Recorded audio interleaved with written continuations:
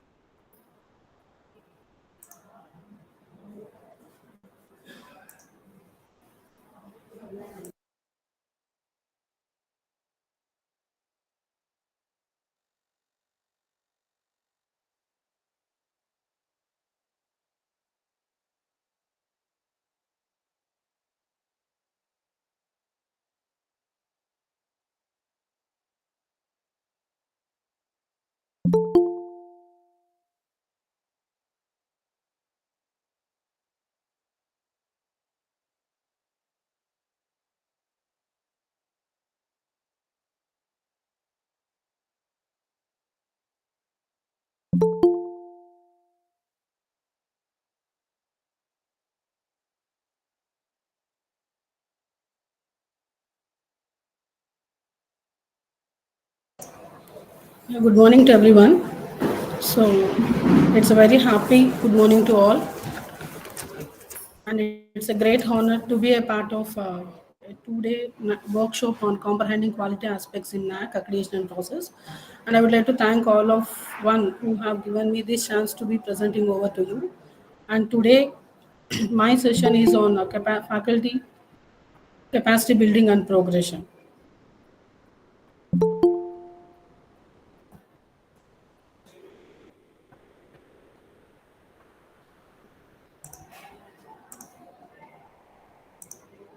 So I'm audible.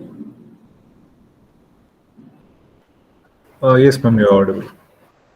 Yeah, there's something with my presentation. Just 2 minutes.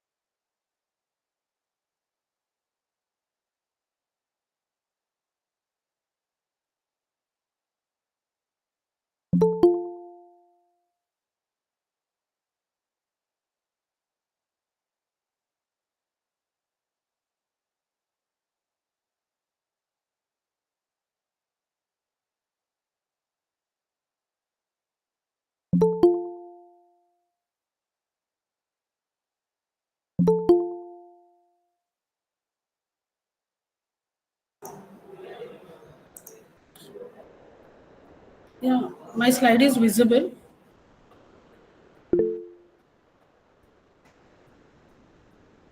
Yes, ma'am, it's visible. Yes, I heard it. Okay, so very good morning to all, and a warm welcome to today workshop on comprehending quality aspects in NAAC accreditation process. So today I'm going to have a session on faculty capacity building and progression. Um, so the contents what today we are going to have is, so what is the present scenario of higher education system? What is the role of a faculty? As a role of a faculty, what are the activities to be planned and to be done? And what are the features of faculty capacity building, and what are the initiatives or methods that are there for faculty capacity building, and strategies, faculty capacity building in terms of progression, and finally we end with a query, query answering and question and answer.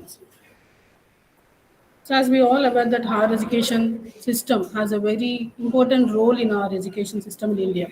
So if you see the scenario of an India, so India is world's second largest higher education system with 3.8 million students who were coming across in various education institutions, nearly 50,000 including universities. So now the education, higher education is becoming more democratized. That is, so we are having the student having a free accessibility of information, whatever. That is the main intention behind the higher education is to be democratized. That is to give an accessible to everyone.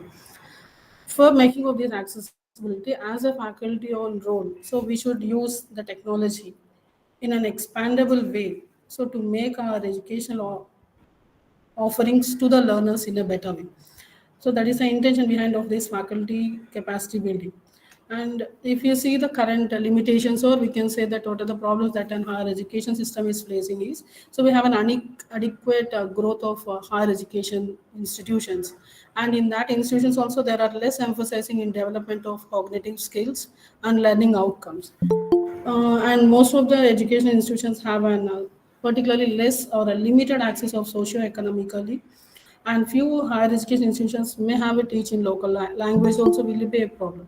And so poor quality of higher education creates unemployability among the youth, and most of the institutions were affiliated under the universities may have a resultant in minimum standards of undergraduate education. So even though we have all these problems in our education system. So, but as a faculty on road, so we should keep move on this and make the solution or make an overcome of this particular problems. So, as in such, so as a faculty, we all know that. So, the first and foremost role of any faculty is so obviously teaching, that is effective classroom teaching. So now that our word is added with effective classroom teaching is so where so we need to use more ICT tools and make the classroom environment more collaborative and more interactive. So that's the reason we are making a normal classroom teaching to an effective classroom teaching. So along with the teaching, so there we may need to have academic advising and counseling of students. So and we need to participate in more departmental as well as committee works which may be assigned by the department or institution. And along with that, so we need to apply the research and the scholarly activities for both for our faculty enrichment as well as institutional enrichment and to make the students to also know the things what is happening in and around of the world. So along with that, so we may require to assist the students in placements, and so we may need to have a continuous involvement as well as deployment in curriculum designing and a continuous assessment as well as evaluation system. So now the faculty role is not confined only to the teaching or teaching methodologies. So there where we need to make a major role in a lot of places where we need to involve much more, not only in teaching activities, need to be involved in research activities, need to be involved in administrative as well as academic activities, and we need to make a relationship between the uh, socially related or societally related problems, and we need to have a networking between the group of peoples where we can have a most of knowledge sharing or exchanging will be there. So as to have the finally, so we need to give a society a better professional in the field of area as well as so we need to have a meaningful research to be conducted, and not but not the least, so we should make the students to tackle the societal problems which were in and around of them, so that they may give at least a level of, or we can say that what we can a critical and problem solving skills. So as I already told that the faculty involvement is not restricted to the teaching activities. They have to be involved much more. They have to be made themselves involved in research activities, management activities, academic directions, auditing works, accreditation works, and activities that is needed to be involved to be connected to the society as well as student, institution, and other stakeholders too. So as we said that the faculty capacity building, so where we have make the faculty to be more enriched in their knowledge. So for that, generally we have the professional development programs. So where we can have a place not only to know the teachers about new teaching skills or methodologies, but also it gives an place or interaction with the educators from various fields. So where from where they can know or where they can need to emphasize their own competencies, so which will adapt a new teaching learning methodology and also makes the changing in the scenario of a teaching. So with this, so what we can make the things that various faculty or a program or professional development programs makes us to enrich to know the teaching learning process and also the best way to adapt in the system. So there we need to have the building of the faculty in various programs. So where it should not be like an event handling parameter.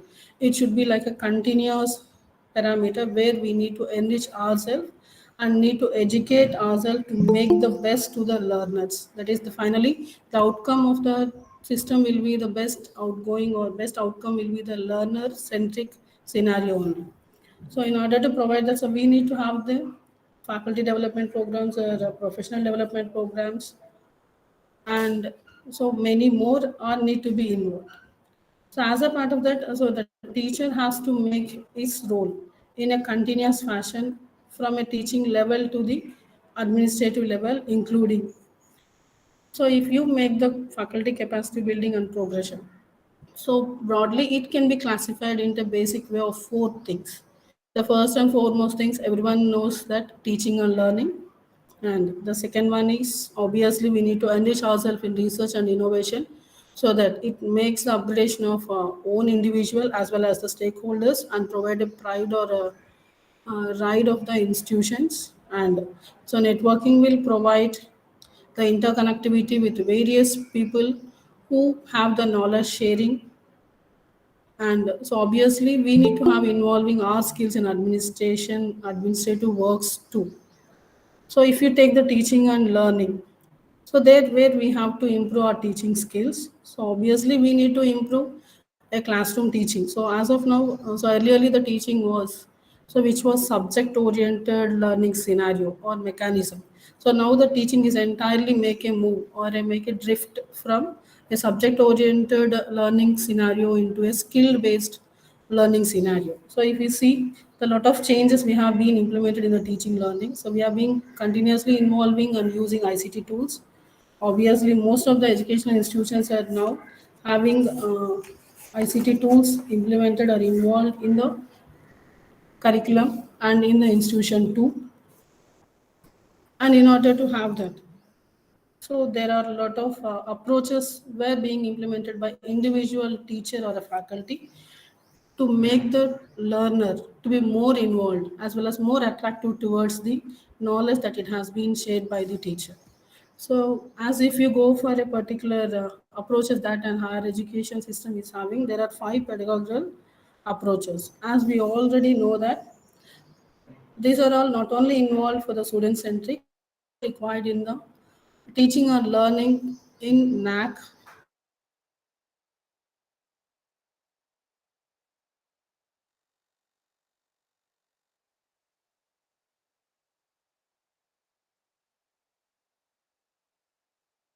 So that is the faculty has to take an initiative.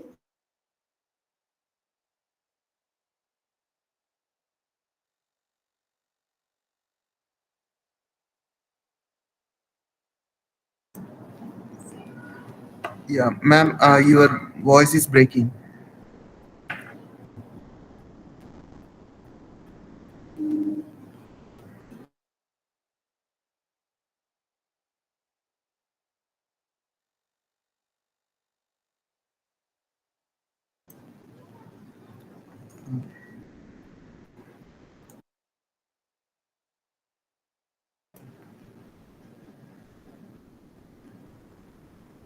Teaching and learning.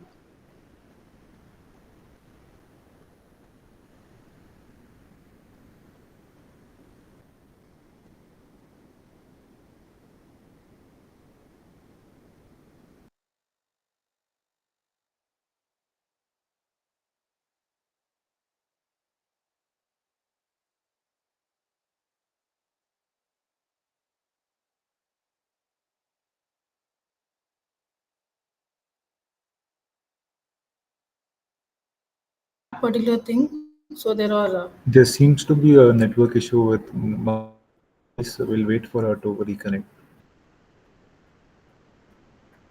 yeah, any issue.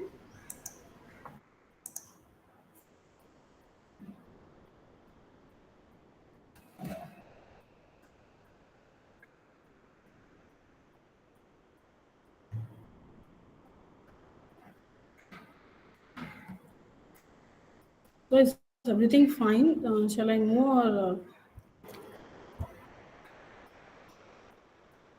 Presentation isn't visible. Your voice is no audible, but presentation is visible? Yeah. So my voice is not audible. Is it clear? Yeah, the voice is clear now, but the screen is invisible, ma'am. Yeah. Okay. Now it is visible.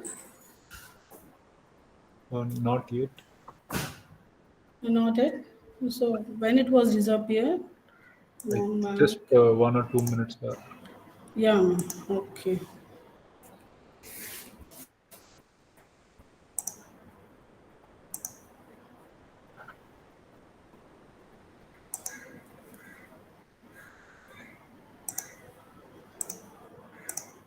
So now it's visible.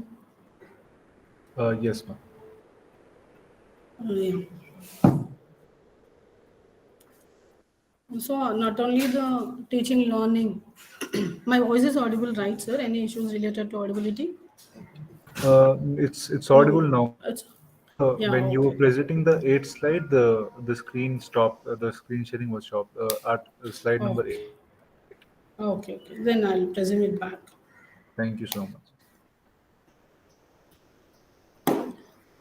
So as a faculty, so we have a lot of roles to be made for making the learners to be more involved in the classroom and to make them to be knowledge so that they have to make the clearance of all the cognitive skills.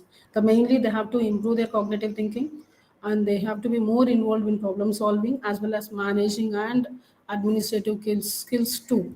So as a part of NAC also, we have the second criteria where we have teaching and learning where the faculty takes an initiative to learn, not only to learn as well as to keep aside with the learning of latest developments as well as to innovate and continuously seek improvement. So that is the faculty has to improve their teaching profile as well as quality of teaching along with the methodology what they are implementing for teaching. So in that perception, the faculty capacity building and progression takes a major role. So where we need to improve ourselves, not only in enhancing our skills as well as we need to increase our profile and make the students also learner centric. So in that perception, so we have to know what are the various innovations that it can be there in the teaching and learning. So as we all know that the first and foremost job is to have a teaching and our teaching should be more inclusive as well as excellence. In that particular perception, a lot of things we used to frame and we are making ourselves upgrading like. So we are having a course impact of a course design. If we are an autonomous institution, we the faculty have a role where we can design the course that it can be useful for the student for the next further years. And we have a lot of pedagogy approaches where the student can be involved in more and we can create a classroom climate in a way where the student can be more interactive as well as collaborative and it can be made as a reflective and it can be increase their cognitive levels. So and all these things will be known. So we need to have the reflection of the data what it was informed, that is what it was earlierly how the teaching approaches were there and how they were now informed. Along with that we should have a feedback and assessment system too to know how the particular teaching environment we created for the students is giving the best to him as well as excellence in teaching. So in that perception, generally we have a lot of approaches for teaching and learning. So like if you take the cognitive levels from an understanding level to the creative level, and similarly there are, if we reframe it, there are a few more approaches where we can focus in our teaching. So there are 5 pedagogical approaches. So it can be made it for an higher education as well as for a faculty, where so we can have a constructive approach. So constructive approach is nothing but it is not limited to a theory which we are explaining in the classroom along with the theory. So if we are giving any problem, particular problem, so calculating of area, anything, so instead of making it as a classroom oriented, so we can make it as a in field so that they can know practically what it is really the need of calculating and they can apply it for the next levels.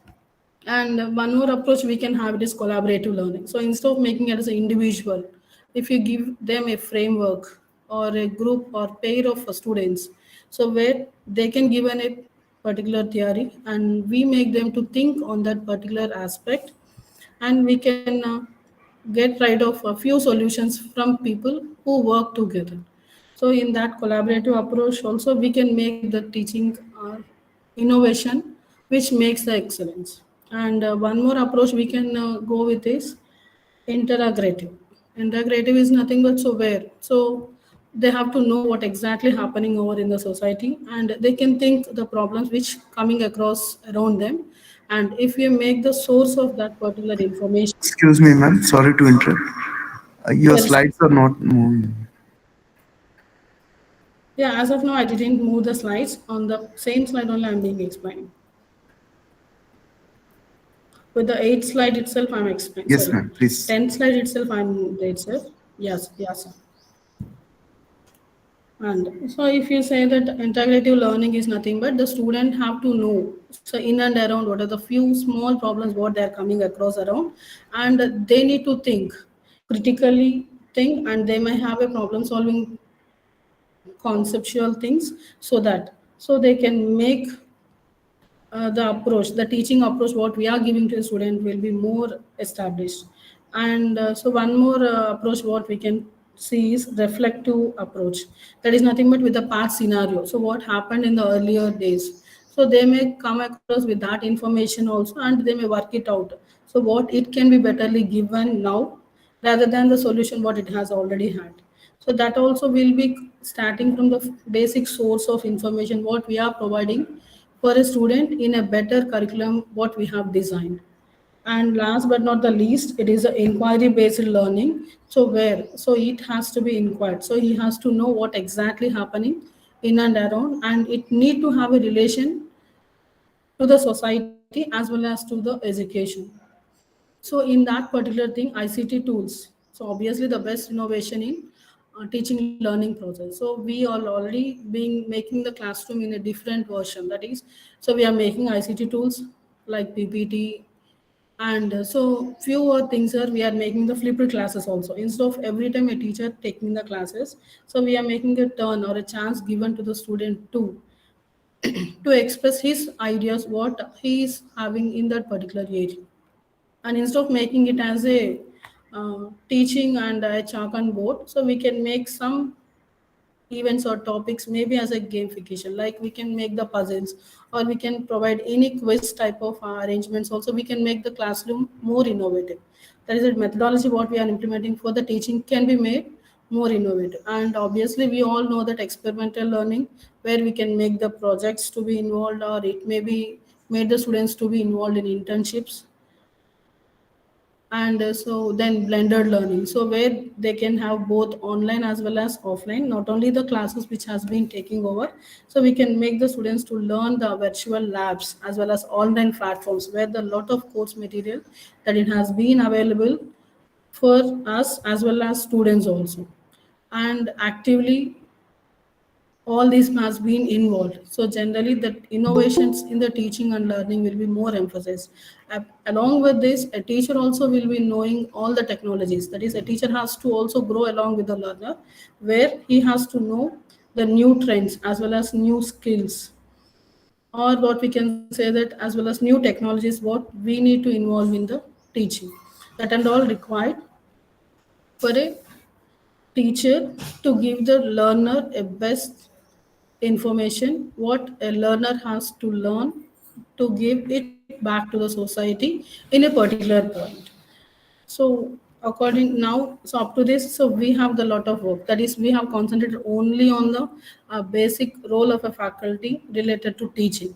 And the next role what we need to concentrate now, the trend is moving, that is one more aspect that is happening over to the faculty is research. So lot of research and innovations are needed both for the faculty development, student development, as well as institution development, as well as all correlated to give a society related problems also a better solution. So for that, obviously, we need to have the resource mobilization for the research. So we need to have the resources for the research to be implemented, and a better ecosystem for innovation. And all the time, the publications and the awards is needed for the research to exhibit our work to the next level. And so apart from living off to this particular level, so we need to have some extension activities too, like consultancy works, collaborative works, that also makes. And we need to make some certain policies and practices, and a certain outcomes will be there, which makes the continuation of research culture to the extension services to the linkage and collaboration. So finally, so as we need involved in the more involved in the teaching and learning process, the next level is to make the research to be extended and to be collaborated in a way where it gives a gain in knowledge as well as in terms of economy to also for the institution as well as for the faculty. In turn, it is given to the students. And so if you say that research and innovation, so research and innovations are two words, keywords, which it can be interconnected. So there is, suppose if we have a particular knowledge or particular information, so where we can make it as a source for exhibiting into a particular paper. So that is nothing but, so what the green line, so which I have indicated, is nothing but a people or a person who have a zeal or a pleasure in doing the activities just to create a new technology and advancements in the sciences and to create a new knowledge. So he will be more pleasured, or he will, a person will be more pleasured if he is only concentrating on the paper publishing, and his knowledge will be known to a few people around. The same can be continued into innovation. That is, what are the knowledge that it has been come out of that particular researcher can be made into an innovative. That is, he make into an marketing and making money. So therefore, where the research is developed, obviously there will be a platform for making innovations, which it can make lot of resources in terms of knowledge, in terms of money, as well as in terms of recognition in and among the institution, as well as among the institutions too. So we, as a faculty, not only concentrating on the teaching, so we need to involve more in research, and which make a lay and path to the next higher level of innovations, where we can make the students also to be involved.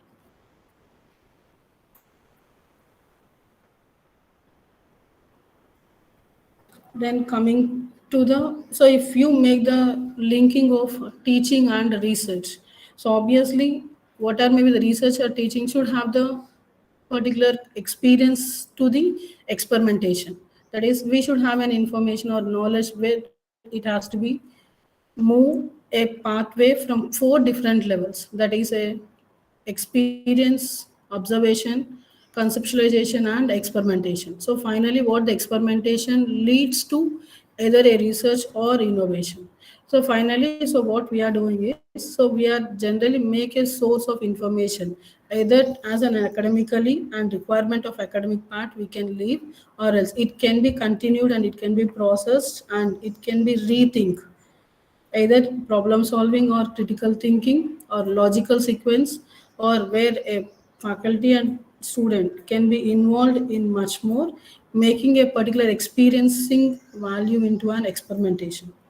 So where the active experimentation leads to a better research, then that research will be made in terms of awards, rewards, publications, collaborative works, consultancy works, as well as it may lead to an innovation and may lead to an entrepreneur at the end.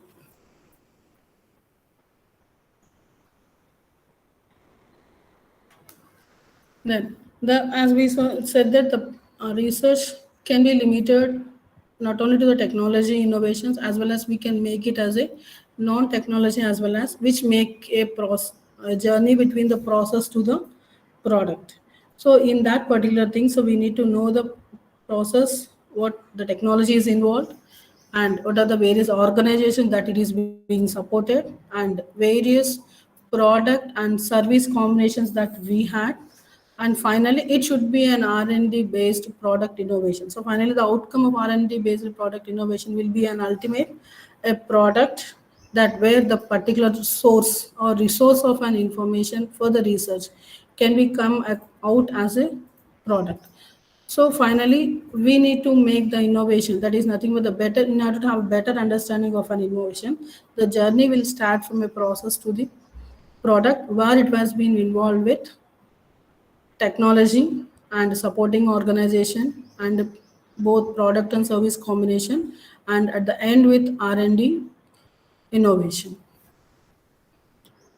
And as a part of not only this research will make the faculty contributions more, and enhances the faculty quality, as well as it is one of the weightage that is given in the NAAC third criteria.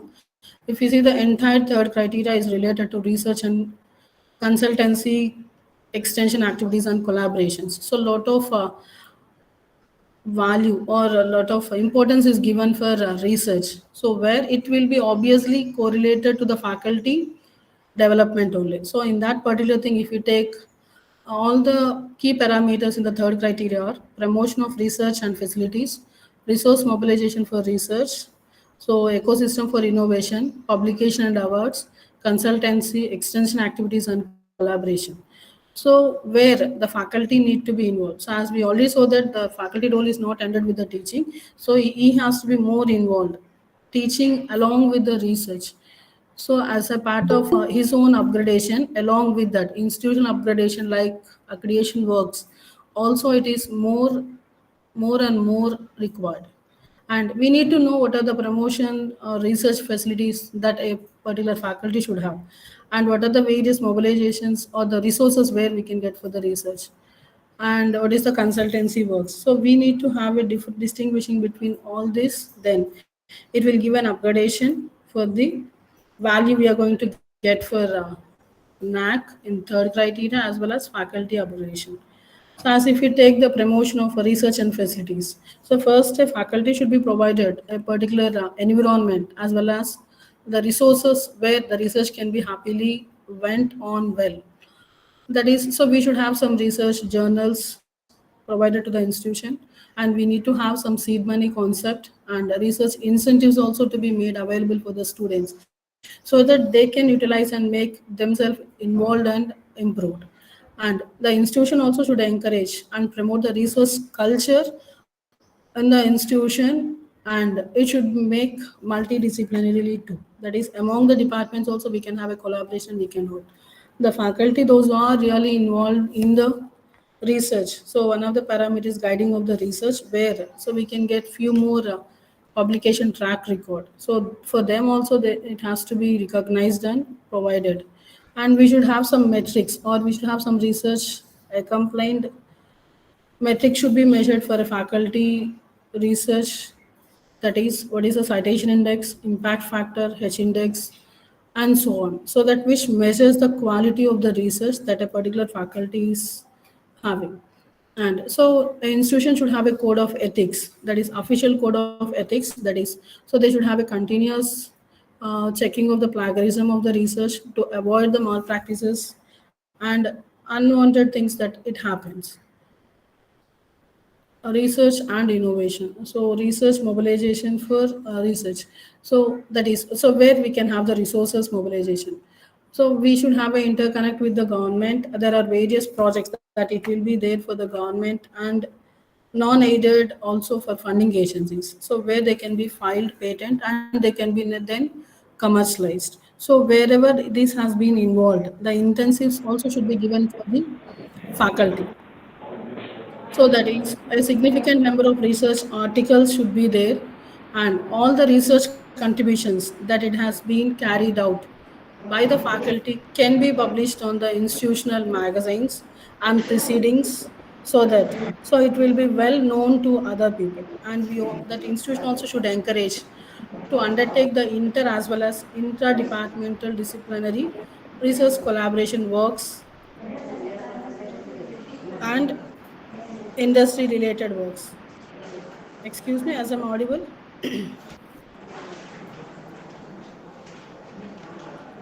So as Yes, I'm, ma'am. yeah, sir, some sort of disturbance I'm hearing. Then the research and innovation should be then again with an ecosystem for innovation.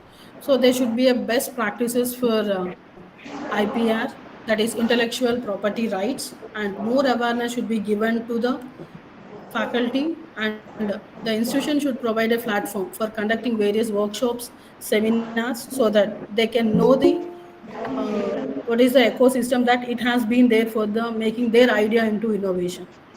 And so whoever making this to be involved, obviously all the time the recognition will come with some sort of appreciation in terms of incentives or in terms of awards.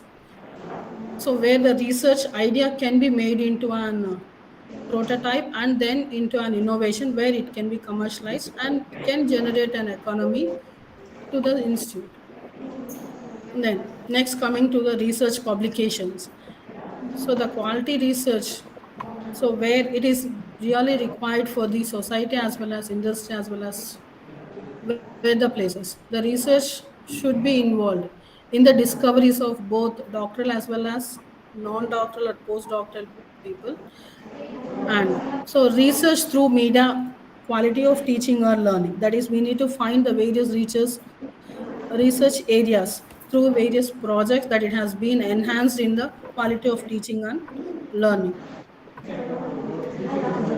And finally, the research should have the extension works. That is nothing but it should be consultancy work as well as collaborative work. So it has to publicize the institution has the official policy for structured consultancy, and it should give the credibility to the institution too, as well as the faculty who was involved, and financial finance what it has been generated to that consultancy should be properly utilized. So as a, if you see the role of a faculty, so we have a teaching, then research, and in research also we have a lot of works to be involved. And then coming for the networking, that is nothing but, so as the faculty has to give a networking concept, that is nothing but he has to be interlinked not only with the students and also with the various stakeholders like alumni, industry experts, parents, as well as eminent professors. So it has to be and train for the trainers. The faculty not only knowing his teaching learning skills and improvising the teaching excellence, not only involving the research activities, the faculty also should make the network in a good way, like collaborating with the students and making them to involve more, and making the alumni also to be take part in the teaching activity and research activity to know what is ongoing in the real world, and should make them to be industry ready, not only for the placements but also for the higher education, and need to have an interaction with eminent professors continuously, like calling for the guest lectures or FDPs, so that their knowledge can be surely benefited for both the faculty and students. And what the best practice we had in our institution is, so every week we used to have an alumni and industry expert interaction with the students, so that they'll come either in offline mode or online mode. They will share their experiences, and they will share what is the readiness that a student should have while he is coming out of his graduation, his or her graduation within a short span of time. So they will be a, it will be a platform for the students, so not only to listen the words what they are speaking, but also to have a clear expertise, the what an alumni and industry expert had in their a 10-year period. So we had this practice in our college, and every week one either alumni meet or alumni interaction or expert interaction will be there. So this is the one best practice. So where a faculty can make not only his knowledge, but also he can take help of the people who are there in need, who will support to the students, like alumni interaction or alumni talk and expert talk.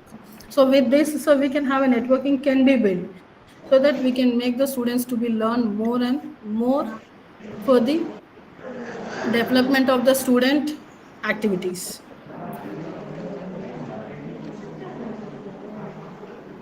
So obviously it will make the collaboration with the expert or industry talks, so we can make the training, research, resource sharing, and as well as it can be a scope for the students to have the placements. And this collaboration may have an MOUs with the various industries, where we can have an exchanging program, like, so we can have the faculty to be sent over there for training, or we can make our students to use that platform for their internships. And some problems which are really need of the industry can be given as a small module problems to the students, and they can make work either in the place where they were studying or in the place where they are having collaboration. So in this way the student also can be made more learner centric, not only with the classroom teaching or with the research activities being happening in the campus, that also being known what are the industry needs, what an industry will expect from a graduate who is going to come out of that. So it will give a realistic perspective where it can extend or expand the scope of learner experience for the students. So obviously this networking will help the students to know better way what they have to increase their academic profile, and which makes them to be useful or to be needed for their placement or for the higher education. So as a part of the sequence, so we are having the session continuously on teaching, learning, research, and networking. So the job doesn't ends over this. So the capacity building, the faculty capacity building should be continued, where he has to involve in administrative works too.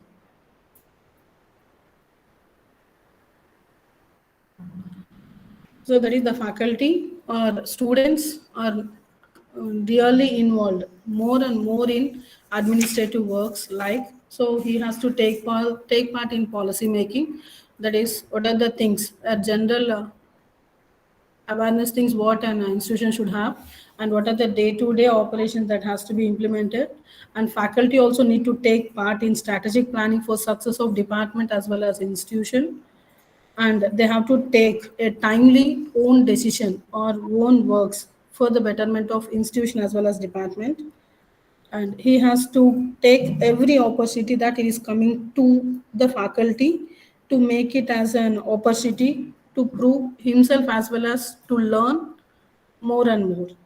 As well as this, all the administrative works also needed to teach and guide the new coming teachers too, and makes this administrative works to be known to the faculty, where he can create a friendly environment, where a holistic environment can be created among the fellow faculty members as well as students. So as the administrative skills are more involved, so the students also need to be involved in the administrative works, so they can gain the leadership qualities, so they can know the administrative skills, how an event or how a concept can be organized. So everything will be known. So I'm audible? Yes, ma'am. Yes.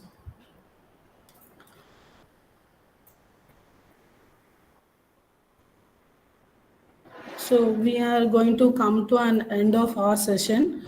So just if you brief the capacity building, that is the faculty capacity building and progression. So where we need to involve much more. That is, we need to first recognize ourselves where the domain interest is there, so that so we and students can be involved. And for that particular domain of interest, we need to discover the opportunities where they were available and what are the resources or sources that are there to make the improvement for the self, for the student, as well as for the institution, as well as to stimulate the skills and make them nurture. That is nothing but they have to make it promoted to the next level. So in this way, so we can make the faculty to be involved in various deployment programs. And every program, what it has been assigned for the faculty, don't make it as an event, and treat it or consider it as a continuous activity or continuous process, where we need to involve ourselves, need to learn, need to recognize ourselves and discover and nurture the things for the betterment of the student in terms of societal needs.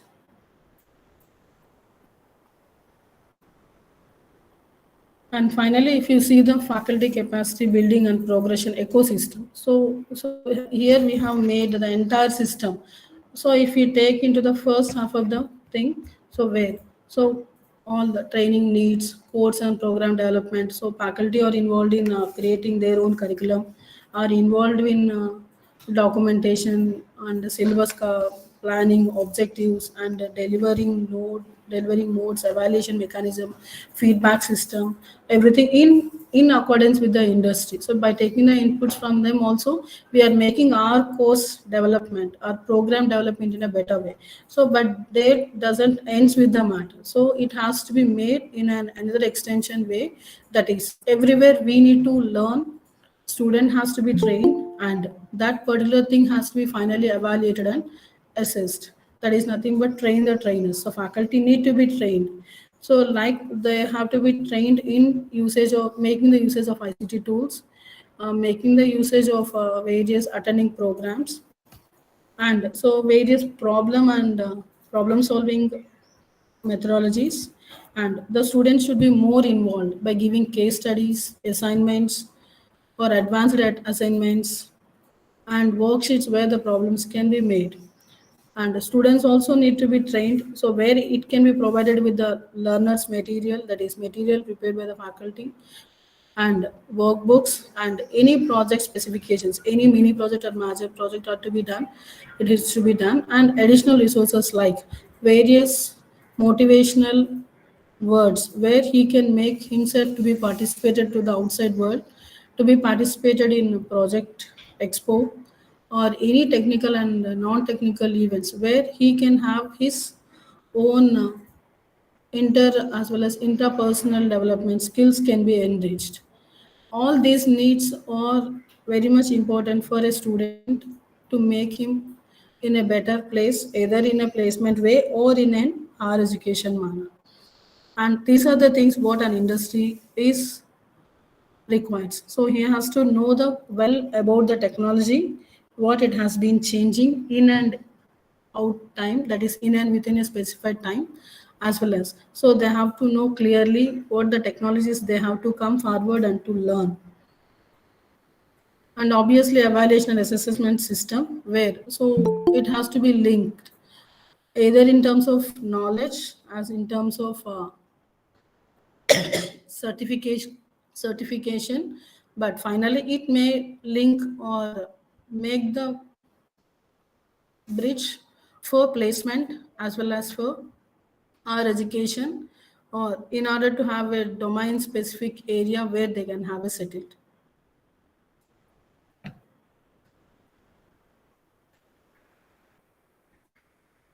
And finally, so if you come with a conclusion, that is finally a faculty improvement or a faculty enrichment will have clearly notify the institution quality too. So where that capacity building will have research, mentoring, publications, IPR, funds and grants.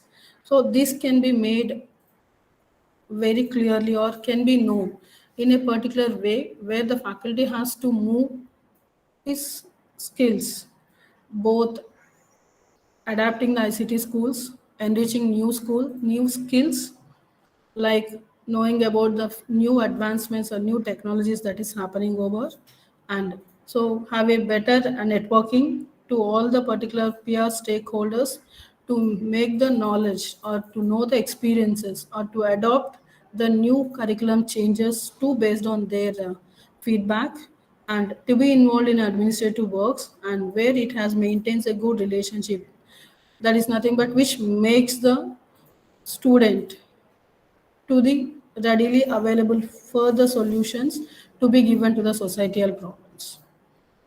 So where so faculty makes, that is the faculty has to transform in a better way where he has to move a normal subject oriented teaching mechanism into a skilled based mechanism, that is he has to have a better skill set, not only in terms of communication, not only in terms of administrative skills, he has to be more and more required, more and more involved in the ICT tools utilization and adaptability of the technological changes that it is required for the better professionals to be generated, and it should work on to the particular a small end societal problems which is coming across in and our end, and we should have an interaction not only with the interdepartment with also multidisciplinary, that is now the any research area if you take,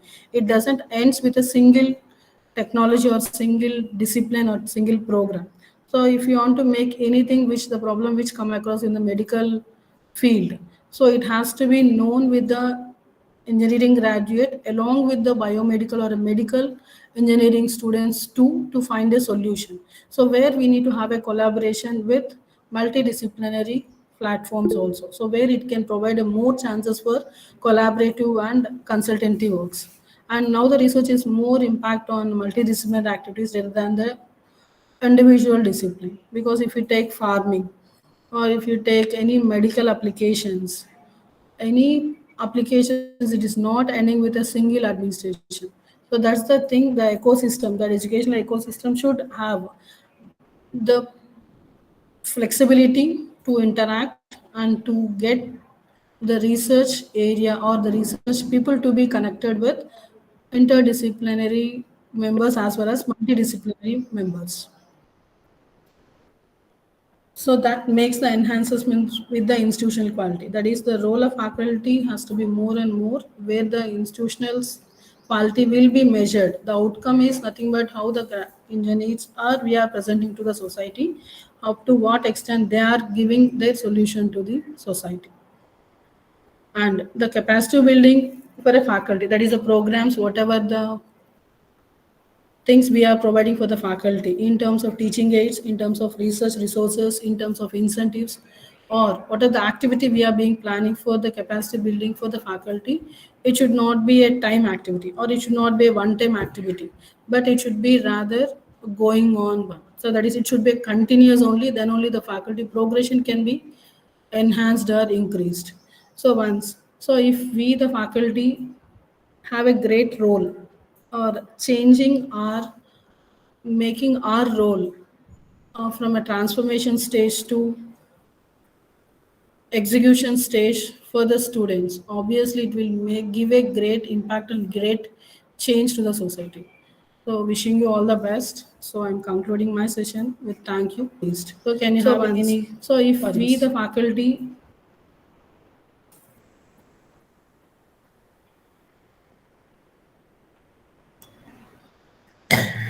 Yes, thank you, ma'am. So if any participants would like to interact with the resource person, they can interact. And the session is open for Q&A. with thank you. Please. So can And you I have would like any? to request all the participants to switch on their video for a while so that we can have a screenshot. Ma'am, you can stop the presentation. Yes, thank you, ma'am. So if any participants would like to interact with the resource person, they can interact. And the session is open for Q&A. Thank you. Please. So can And you I would have like any? to So if request we all the the participants faculty to switch on their video for a while so that we can have a screenshot. So thank you very much. Ma'am, you can stop the presentation. So please find the feedback link that is available in the any chat box. participants would like to interact with the And resource it is person, also they available can, in the YouTube. interact.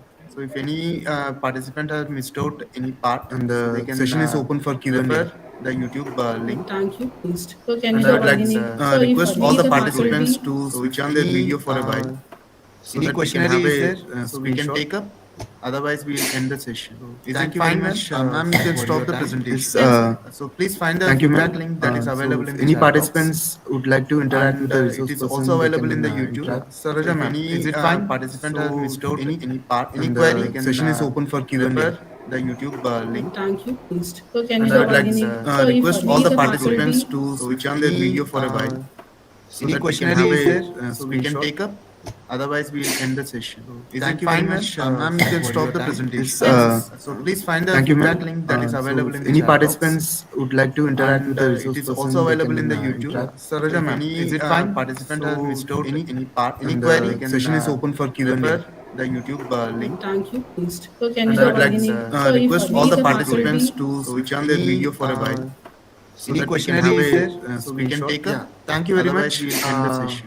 Is thank it you fine, very ma'am? much, Ma'am, you can for stop your the time. presentation. Yes, The next session will start at thank you, ma'am. 11:40 that is So available if in the any chat box. participants would like I to request interact all the with the resource participants person, also they available can, in the YouTube. By interact. Saraja, ma'am, is it fine? Participant has missed out any part, any query. Session is open for Link Q&A. has been shared in the chat box. Please thank you. verify it. Please. So can And you I have would like any? to So if request we all the the participants faculty to switch on their video for a while. The next section will be preceded by so we can take us. Thank you very much. Otherwise, we'll end the session. so Is it fine, ma'am? Ma'am, you can stop the presentation. professor in Yes, the next session will be started. Thank you, ma'am. Any participants would like to interact with the participants session on by quantitative metrics which are going to be evaluated. Session is open for February 2020. So can you I would like beginning? So if request all the these participants will be- to switch on their video for The a next while. section will be presented by Thank you all for your speakers. patience. Thank you very much for your time. Professor, the next session will be started. Thank you, ma'am. Any participants would like to Use all the interact participants session on by quantitative metrics. Yeah, so we you all will for your provide patience. exactions about February 2020. So can you I would like beginning? So Request if all the these participants to log off. switch on their video for The a next while. section will be presented by Thank you all for your patience. Thank you very much for your time. Professor, the next session will be started. Thank you, ma'am. Any participants would like to Use all the interact participants session on by quantitative metrics. Yeah, so we will provide exactions about February 2020. So can you I would like beginning? Request all the participants to log off. switch on their video The for a next while. section will be presented by Thank you all for your Thank patience. you very much for your time. Professor, the next session will be started. Thank you, ma'am. Any participants would like to Use all the interact participants session on by quantitative metrics. Yeah, so we will provide exactions about February 2020. So can you I would like beginning? Request all the participants to log off. switch on their video for The a next while. section will be presented by Thank you all for your patience. Thank you very much for your time. Professor, the next session will be started. Thank you, ma'am. Any participants would like to Use all the interact participants session on by quantitative metrics. Yeah, so we will provide exactions about February 2020. So can you I would like beginning? Request all the participants to log off. switch on their video for The a next while. section will be presented by Thank you all for your patience. Thank you very much for your time. Professor, the next session will be started. Thank you, ma'am. Any participants would like to Use all the interact participants session on by quantitative metrics. Yeah, so we will provide exactions about February 2020. So can you I would like beginning? Request all the participants to log off. switch on their video The for a next while. section will be presented by Thank you all for your patience. Thank you very much for your time. Professor, the next session will be started. Thank you, ma'am. Any participants would like to Use all the interact participants session on by quantitative metrics. Yeah, so we will provide exactions about February 2020. So can you I would like beginning? Request all the participants to log off. switch on their video for The a next while. section will be presented by Thank you all for your patience. Thank you very much for your time. Professor, the next session will be started. Thank you, ma'am. Any participants would like to Use all the interact participants session on by quantitative metrics. Yeah, so we will provide exactions about February 2020. So can you I would like beginning? Request all the participants to log off. switch on their video for The a next while. section will be presented by Thank you all for your patience. Thank you very much for your time. Professor, the next session will be started. Thank you, ma'am. Any participants would like to Use all the interact participants session on by quantitative metrics. Yeah, so we will provide exactions about February 2020. So can you I would like beginning? Request all the participants to log off. switch on their video The for a next while. section will be presented by Thank you all for your patience. Thank you very much for your time. Professor, the next session will be started. Thank you, ma'am. Any participants would like to Use all the interact participants session on by quantitative metrics. Yeah, so we will provide exactions about February 2020. So can you I would like beginning? Request all the participants to log off. switch on their video for The a next while. section will be presented by Thank you all for your patience. Thank you very much for your time. Professor, the next session will be started. Thank you, ma'am. Any participants would like to Use all the interact participants session on by quantitative metrics. Yeah, so we will provide exactions about February 2020. So can you I would like beginning? Request all the participants to log off. switch on their video for The a next while. section will be presented by Thank you all for your patience. Thank you very much for your time. Professor, the next session will be started. Thank you, ma'am. Any participants would like to Use all the interact participants session on by quantitative metrics. Yeah, so we you. define the transaction is open for February 2020. So can you I would go like beginning? request all the participants to log out. The next section will be presented by turn off your video process. Thank you very much for your time. Professor, the next session will be started. Thank you, ma'am. For your family. Any participants would like to Thank you all the interact? participants. The session on by quantitative metrics. Yeah, so we define the transaction is open for February 2020. So can you I go would like beginning? request all the participants to log out. The next section will be presented by Turn off your video process. Thank you very much for your time. Professor, the next session will be started. Thank you, ma'am. For your family. Any participants would like to Thank you all the interact? participants. The session on by quantitative metrics. Yeah, so we define the transaction is open for February 2020. So can you I go would like beginning? request all the participants to log out. The next section will be presented by Turn off your video process. Thank you very much for your time. Professor, the next session will be started. Thank you, ma'am. For your family. Any participants would like to Thank you all the interact? participants. The session on by quantitative metrics. Yeah, so we define the transaction is open for February 2020. So can you I go would like beginning? request all the participants to log out. The next section will be presented by Turn off your video process. Thank you very much for your time. Professor, the next session will be started. Thank you, ma'am. For your family. Any participants would like to Thank you all the interact? participants. The session on by quantitative metrics. Yeah, so we define the transaction is open for February 2020. So can you I go would like beginning? request all the participants to log out. The next section will be presented by Turn off your video process. Thank you very much for your time.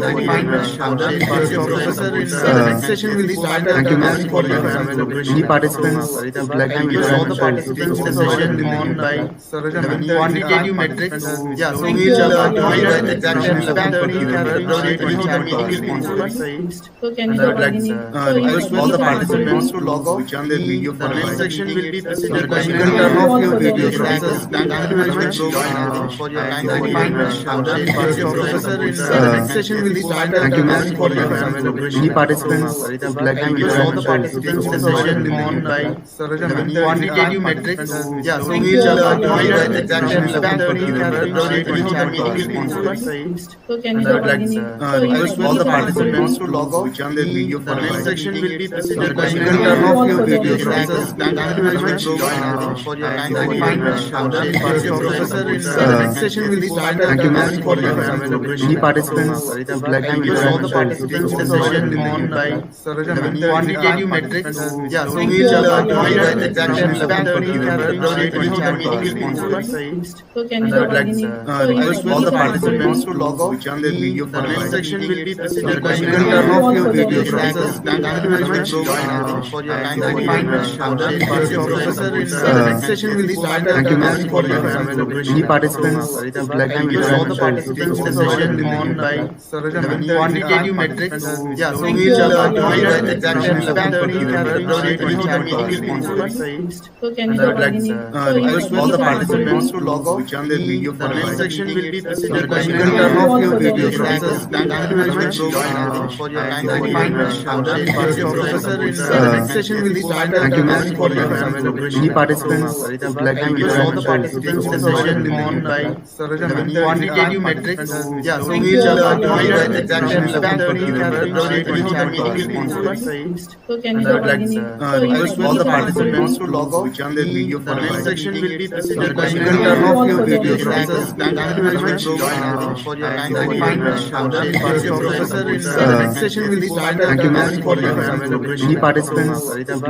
all the participants to log out. The next section will be presented by quantitative metrics. Yeah, so we define the transaction is open for February 2020. I would like request all the participants to log out. The next section will be presented by Any Turn off your video process. Thank you very much for your time. Professor, the next session will be started. Thank you, ma'am. For your family. Any participants would like to Thank you all the interact? participants. The session on by quantitative metrics. Yeah, so we define the transaction is open for February 2020. So can And you I would like request all the participants to log off. Which on their video The next section will be presented by Second turn off your video. Thank you very much for your kind professor. The next session will be started. Thank you, ma'am, for your any participants would like to Thank you to all the interact participants. The session on by quantitative metrics.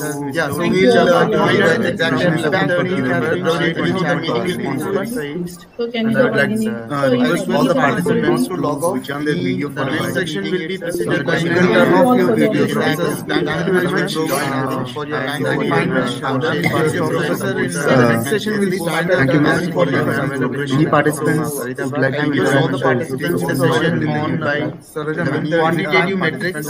Yeah, so we will join at exactly 11:30 February 2020. So can And I would like request all the participants to log off. which on their video. The next section will be presented by Second turn off your video. Thank you very much for your kind professor. The next session will be started. Thank you, ma'am, for your any participants would like Thank to you to all the interact participants. The session on by quantitative metrics. Yeah, so we will join at exactly 11:30 February 2020. So can And I would like request all the participants to log off. which on their video. The next section will be presented by Second turn off your video. Thank you very much for your kind professor. The next session will be started. Thank you, ma'am, for your any participants would like Thank to you to all the interact participants. The session on by quantitative metrics. Yeah, so we will join at exactly 11:30 February 2020. So can And I would like request all the participants to log off. which on their video. The next section will be presented by Second turn off your video. Thank you very much for your kind professor. The next session will be started. Thank you, ma'am, for your any participants would like Thank to you to all the interact participants. The session on by quantitative metrics. Yeah, so we will join at exactly 11:30 February 2020. So can And I would like request all the participants to log off. which on their video. The next section will be presented by Second turn off your video. Thank you very much for your kind professor. The next session will be started. Thank you, ma'am, for your any participants would like Thank to you to all the interact participants. The session on by quantitative metrics. Yeah, so we will join at exactly 11:30 February 2020. So can And I would like request all the participants to log off. which on their video. The next section will be presented by Second turn off your video. Thank you very much for your kind professor. The next session will be started. Thank you, ma'am, for your any participants would like Thank to you to all the interact participants. The session on by quantitative metrics. Yeah, so we will join at exactly 11:30 February 2020. So can And I would like request all the participants to log off. which on their video. The next section will be presented by Second turn off your video. Thank you very much for your kind professor. The next session will be started. Thank you, ma'am, for your any participants would like Thank to you to all the interact participants. The session on by quantitative metrics. Yeah, so we will join at exactly 11:30 February 2020. So can And I would like request all the participants to log off. which on their video. The next section will be presented by Second turn off your video. Thank you very much for your kind professor. The next session will be started. Thank you, ma'am, for your any participants would like Thank to you to all the interact participants. The session on by quantitative metrics. Yeah, so we will join at exactly 11:30 February 2020. So can And I would like request all the participants to log off. which on their video. The next section will be presented by Second turn off your video. Thank you very much for your kind professor. The next session will be started. Thank you, ma'am, for your any participants would like Thank to you to all the interact participants. The session on by quantitative metrics. Yeah, so we will join at exactly 11:30 February 2020. So can And I would like request all the participants to log off. which on their video. The next section will be presented by Second turn off your video. Thank you very much for your kind professor. The next session will be started. Thank you, ma'am, for your any participants would like Thank to you to all the interact participants. The session on by quantitative metrics. Yeah, so we will join at exactly 11:30 February 2020. So can And I would like request all the participants to to log out. The comment section will be presented by you can turn off your video process. Thank you very much for your time. Professor, in the next session will be started. Thank you, ma'am. For your elaboration. Any participants would like to Thank you all the interact? participants in the session on by quantitative metrics. Yeah, so Thank we you. are going at exactly 7:30. So can you I would like Request all the participants to log out. Which on their video The comment section will be presented by You can turn off your video process. Thank you very much for your time. Professor, in the next session will be started. Thank you, ma'am. For your elaboration. Any participants would like to Thank you all the interact? participants in the session on by quantitative metrics. Yeah, so we are going at exactly 7:30. So can I you would like Request all the participants to log out. Which on their video The comment section will be presented by You can turn off your video process. Thank you very much for your time. Professor, in the next session will be started. Thank you, ma'am. For your elaboration. Any participants would like to Thank you all the interact? participants in the session on by quantitative metrics. Yeah, so we are going at exactly 7:30. So can you I would like Request all the participants to log out. Which on their video The comment section will be presented by You can turn off your video process. Thank you very much for your time. Professor, in the next session will be started. Thank you, ma'am. For your elaboration. Any participants would like to Thank you all the interact? participants in the session on by quantitative metrics. Yeah, so we are going at exactly 7:30. So can you I would like Request all the participants to log out. Which on their video The comment section will be presented by You can turn off your video process. Thank you very much for your time. Professor, in the next session will be started. Thank you, ma'am. For your elaboration. Any participants would like to Thank you all the interact? participants in the session on by quantitative metrics. Yeah, so we are going at exactly 7:30. So can you I would like Request all the participants to log out. Which on their video The comment section will be presented by You can turn off your video process. Thank you very much for your time. Professor, in the next session will be started. Thank you, ma'am. For your elaboration. Any participants would like to Thank you all the interact? participants in the session on by quantitative metrics. Yeah, so we are going at exactly 7:30. So can you Request all the participants to log out. Which on their video The comment section will be presented by You can turn off your video process. Thank you very much for your time. Professor, in the next session will be started. Thank you, ma'am. For your elaboration. Any participants would like to Thank you all the interact? participants in the session on by quantitative metrics. Yeah, so we are going at exactly 7:30. So can you Request all the participants to log out. Which on their video The comment section will be presented by You can turn off your video process. Thank you very much for your time. Professor, in the next session will be started. Thank you, ma'am. For your elaboration. Any participants would like to Thank you all the interact? participants in the session on by quantitative metrics. Yeah, so we are going at exactly 7:30. So can you Request all the participants to log out. Which on their video The comment section will be presented by You can turn off your video process. Thank you very much for your time. Professor, in the next session will be started. Thank you, ma'am. For your elaboration. Any participants would like to Thank you all the interact? participants in the session on by quantitative metrics. Yeah, so we are going at exactly 7:30.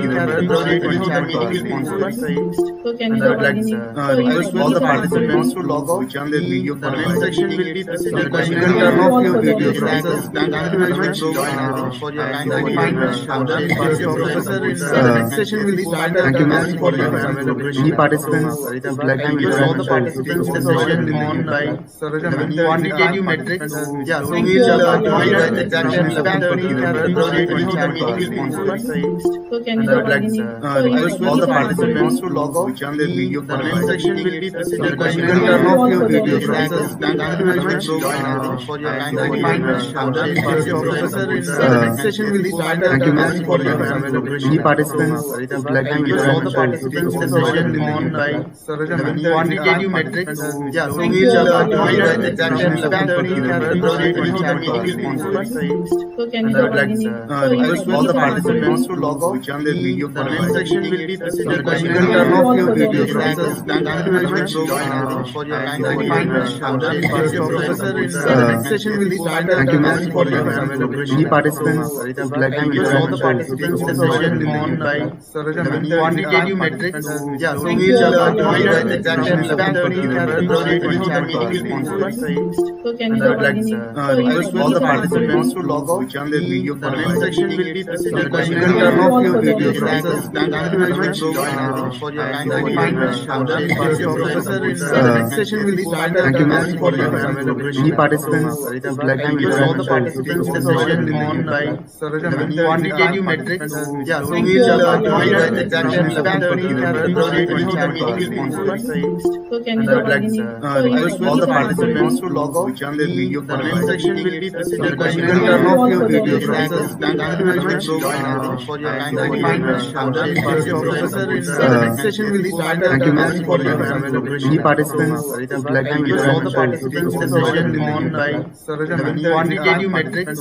Yeah, so we will join the examination 11:30 February 2020. So can I would like Request all the participants to log out. on their video. The next section will be the question and Turn off your video. Thank you very much for your time. Professor, the next session will start. Thank you, ma'am. For your elaboration. Any participants would like to Request all the interact? participants session on by quantitative metrics. Yeah, so we will join the examination 11:30 February 2020. So can you I would like Request all the participants to log out. on their video. The next section will be the question and Turn off your video. Thank you very much for your time. Professor, the next session will start. Thank you, ma'am. For your elaboration. Any participants would like to Request all the interact? participants session on by quantitative metrics. Yeah, so we will join the examination 11:30 February 2020. So can you I would like Request all the participants to log out. on their video. The next section will be the question and Turn off your video. Thank you very much for your time. Professor, the next session will start. Thank you, ma'am. For your elaboration. Any participants would like to Request all the interact? participants session on by quantitative metrics. Yeah, so we will join the examination 11:30 February 2020. So can I would like Request all the participants to log out. on their video. The next section will be the question and Turn off your video. Thank you very much for your time. Professor, the next session will start. Thank you, ma'am. For your elaboration. Any participants would like to Request all the interact? participants session on by quantitative metrics. Yeah, so we will join the examination 11:30 February 2020. So can you I would like Request all the participants to log out. on their video. The next section will be the question and Turn off your video. Thank you very much for your time. Professor, the next session will start. Thank you, ma'am. For your elaboration. Any participants would like to Request all the interact? participants session on by quantitative metrics.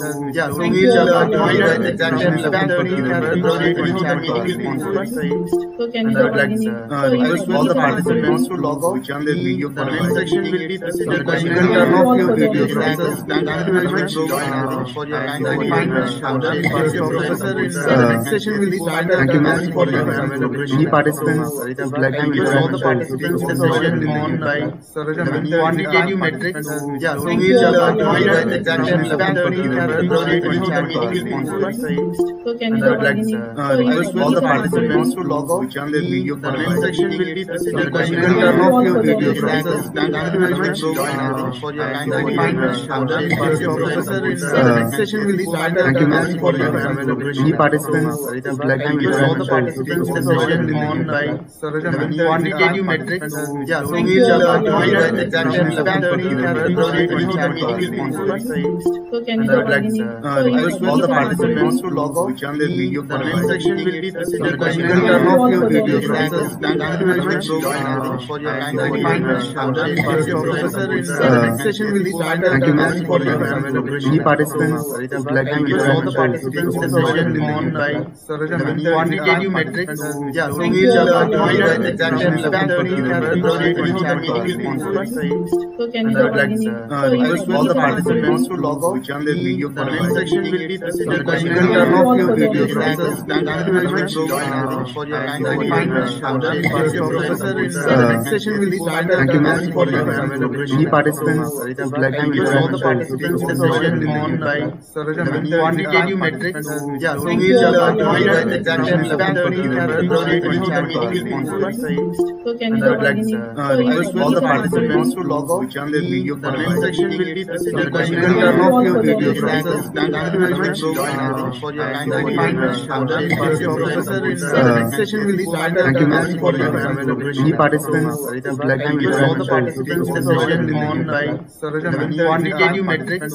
Yeah, so we will join exactly 30th February 2025. So can you Request all the participants to log out. The comment section will be presented by you can turn off your video process. Thank you very much for your kind professor. Next session will be started. Thank you, ma'am. Any participants would like to All the interact with the participants resource session person, on by quantitative metrics. Yeah, so we will join exactly 30th February 2025. So can you Request all the participants to log out. The comment section will be presented by you can turn off your video process. Thank you very much for your kind professor. Next session will be started. Thank you, ma'am. Any participants would like to All interact the with the participants resource session person, on by quantitative metrics. Yeah, so we will join exactly 30th February 2025. So can you Request all the participants to log out. The comment section will be presented by you can turn off your video process. Thank you very much for your kind professor. Next session will be started. Thank you, ma'am. Any participants would like to All interact the with the participants resource session person, on by quantitative metrics. Yeah, so we will join exactly 30th February 2025. so can you Request all the participants to log out. The comment section will be presented by you can turn off your video process. Thank you very much for your kind professor. Next session will be started. Thank you, ma'am. Any participants would like to All interact the with the participants resource session person, on by quantitative metrics.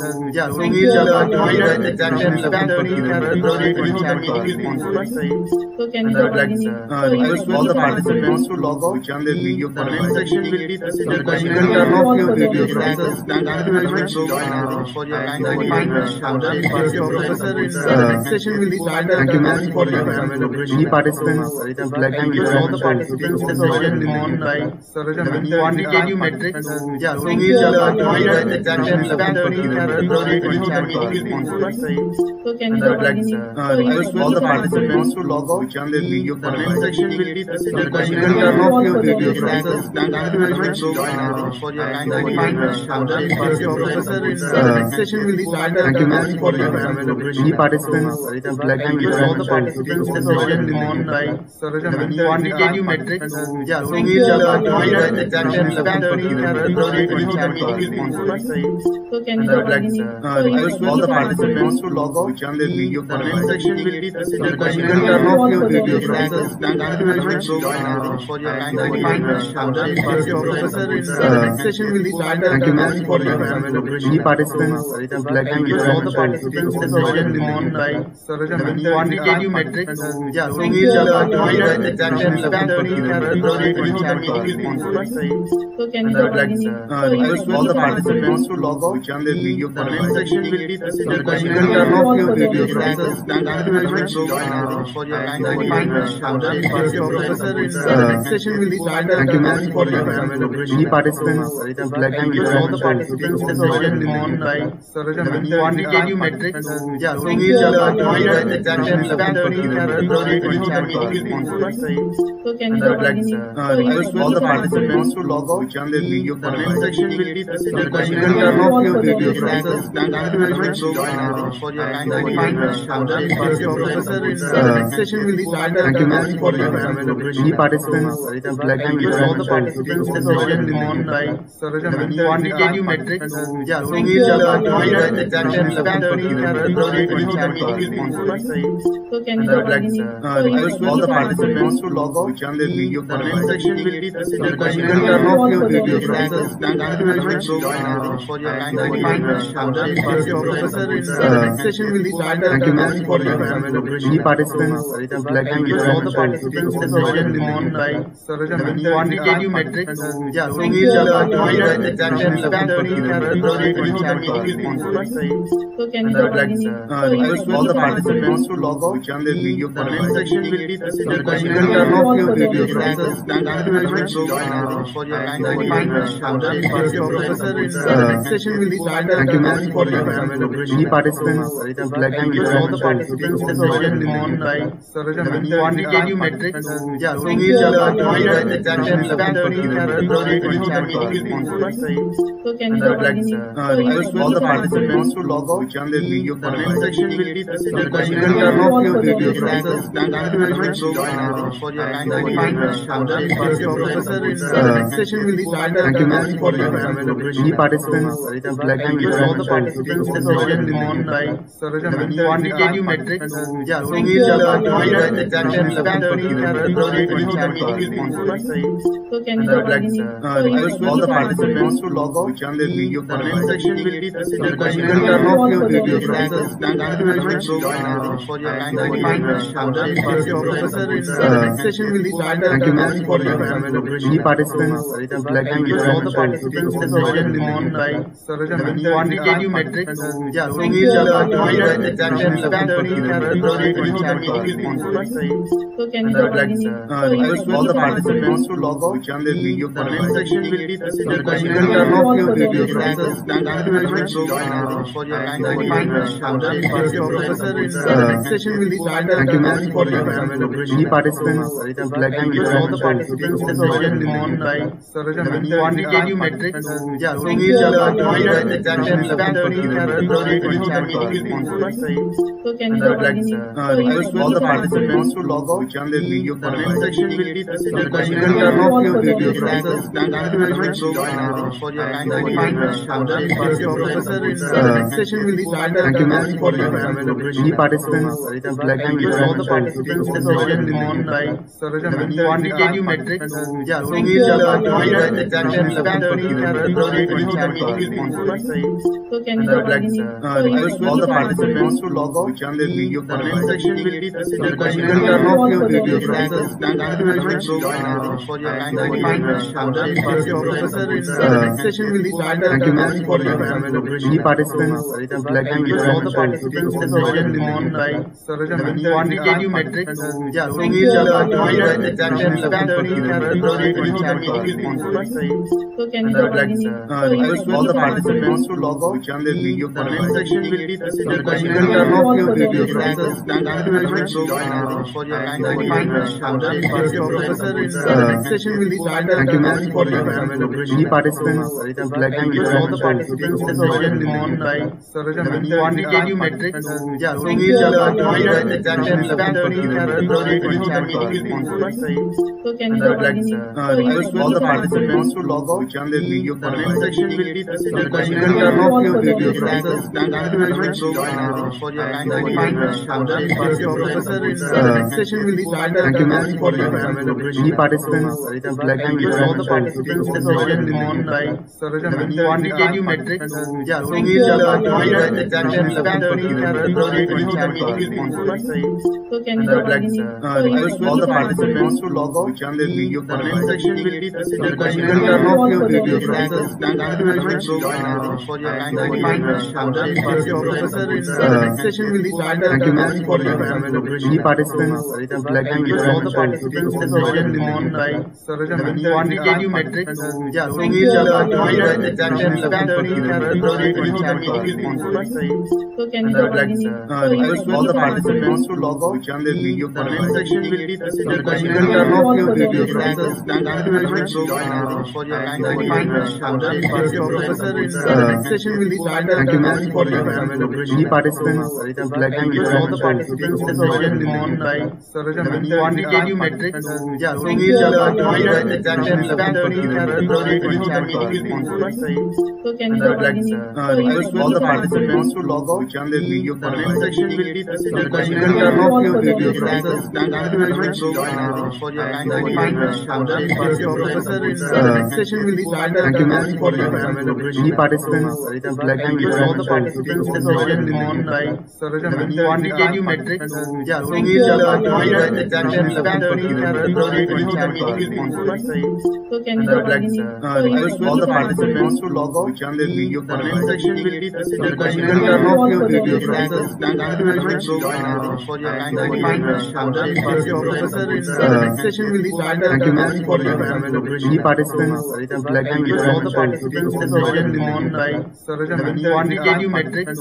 Yeah, so we will join exactly 11:30. So can you Request all the participants to log out. Which on their video comment section will be the question and turn off your video. Thank you very much for your kind professor. Next session will be started. Thank you, ma'am, for your any participants would like to request all the participants to session on by quantitative metrics. Yeah, so we will join exactly 11:30. So can you Request all the participants to log out. Which on their video comment section will be the question and turn off your video. Thank you very much for your kind professor. Next session will be started. Thank you, ma'am, for your any participants would like to request all the participants to session on by quantitative metrics. Yeah, so we will join exactly 11:30. So can you Request all the participants to log out. Which on their video comment section will be the question and turn off your video. Thank you very much for your kind professor. Next session will be started. Thank you, ma'am, for your any participants would like to request all the participants to session on by quantitative metrics. Yeah, so we will join exactly 11:30. So can you Request all the participants to log out. Which on their video comment section will be the question and turn off your video. Thank you very much for your kind professor. Next session will be started. Thank you, ma'am, for your any participants would like to request all the participants to session on by quantitative metrics. Yeah, so we will join exactly 11:30. So can you Request all the participants to log out. Which on their video comment section will be the question and turn off your video. Thank you very much for your kind professor. Next session will be started. Thank you, ma'am, for your any participants would like to request all the participants to session on by quantitative metrics. Yeah, so we will join exactly 11:30. So can you Request all the participants to log out. Which on their video comment section will be the question and turn off your video. Thank you very much for your kind professor. Next session will be started. Thank you, ma'am, for your any participants would like to request all the participants to session on by quantitative metrics. Yeah, so we will join exactly 11:30. So can you Request all the participants to log out. Which on their video comment section will be the question and turn off your video. Thank you very much for your kind professor. Next session will be started. Thank you, ma'am, for your any participants would like to request all the participants to session on by quantitative metrics. Yeah, so we will join exactly 11:30. So can you Request all the participants to log out. Which on their video comment section will be the question and turn off your video. Thank you very much for your kind professor. Next session will be started. Thank you, ma'am, for your any participants would like to request all the participants to session on by quantitative metrics. Yeah, so we will join exactly 11:30. So can you Request all the participants to log out. Which on their video comment section will be the question and turn off your video. Thank you very much for your kind professor. Next session will be started. Thank you, ma'am, for your any participants would like to request all the participants to session on by quantitative metrics. Yeah, so we will join exactly 11:30. So can you Request all the participants to log out. Which on their video comment section will be the question and turn off your video. Thank you very much for your kind professor. Next session will be started. Thank you, ma'am, for your any participants would like to request all the participants to session on by quantitative metrics. Yeah, so we will join exactly 11:30. So can you Request all the participants to log out. Which on their video video. Comment section will be the question and turn off your video. Thank you very much for your time. I'm the professor. Next session will be started. Thank you, ma'am, for your any participants would like to introduce all the participants. This session will be by quantitative metrics. Yeah, so we will join exactly 11:30 February 2020. So can And you I would like request all the participants to log off. The comment section will be the question and turn off your video. Thank you very much for your time. I'm the professor. Next session will be started. Thank you, ma'am, for your any participants would like to introduce all the participants. This session will be by quantitative metrics. Yeah, so we will join exactly 11:30 February 2020. so can And you I would like request all the participants to log off. The video. Comment section will be the question and turn off your video. Thank you very much for your time. I'm the professor. Next session will be started. Thank you, ma'am, for your any participants would like to introduce all the participants. This session will be by quantitative metrics. Yeah, so we will join exactly 11:30 February 2020. so can And you I would like request all the participants to log off. The video. Comment section will be the question and turn off your video. Thank you very much for your time. I'm the professor. Next session will be started. Thank you, ma'am, for your any participants would like to introduce all the participants. This session will be by quantitative metrics. Yeah, so we will join exactly 11:30 February 2020. so can And I would like request all the participants to log off. The video. Comment section will be the question and turn off your video. Thank you very much for your time. I'm the professor. Next session will be started. Thank you, ma'am, for your any participants would like to introduce all the participants. This session will be by quantitative metrics. Yeah, so we will join exactly 11:30 February 2020. so can And I would like request all the participants to log off. The video. Comment section will be the question and turn off your video. Thank you very much for your time. I'm the professor. Next session will be started. Thank you, ma'am, for your any participants would like to introduce all the participants. This session will be by quantitative metrics. Yeah, so we will join exactly 11:30 February 2020.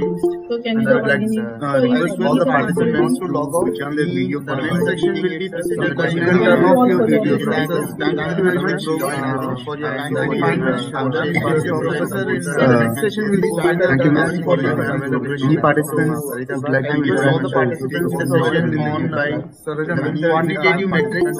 Yeah, so we will join exactly 11:30 February 2020. so can And I would like request all the participants to log off. The video. Comment section will be the question and turn off your video. Thank you very much for your time. I'm the professor. Next session will be started. Thank you, ma'am, for your any participants would like to introduce all the participants. This session will be by quantitative metrics. Yeah, so we will join exactly 11:30 February 2020. so can And I would like request all the participants to log off. The video. Comment section will be the question and turn off your video. Thank you very much for your time. I'm the professor. Next session will be started. Thank you, ma'am, for your any participants would like to introduce all the participants. This session will be by quantitative metrics. Yeah, so we will join exactly 11:30 February 2020. so can And I would like you request all the participants to log off. The video. Comment section will be the question and turn off your video. Thank you very much for your time. I'm the professor. Next session will be started. Thank you, ma'am, for your any participants would like to introduce all the participants. This session will be by quantitative metrics. Yeah.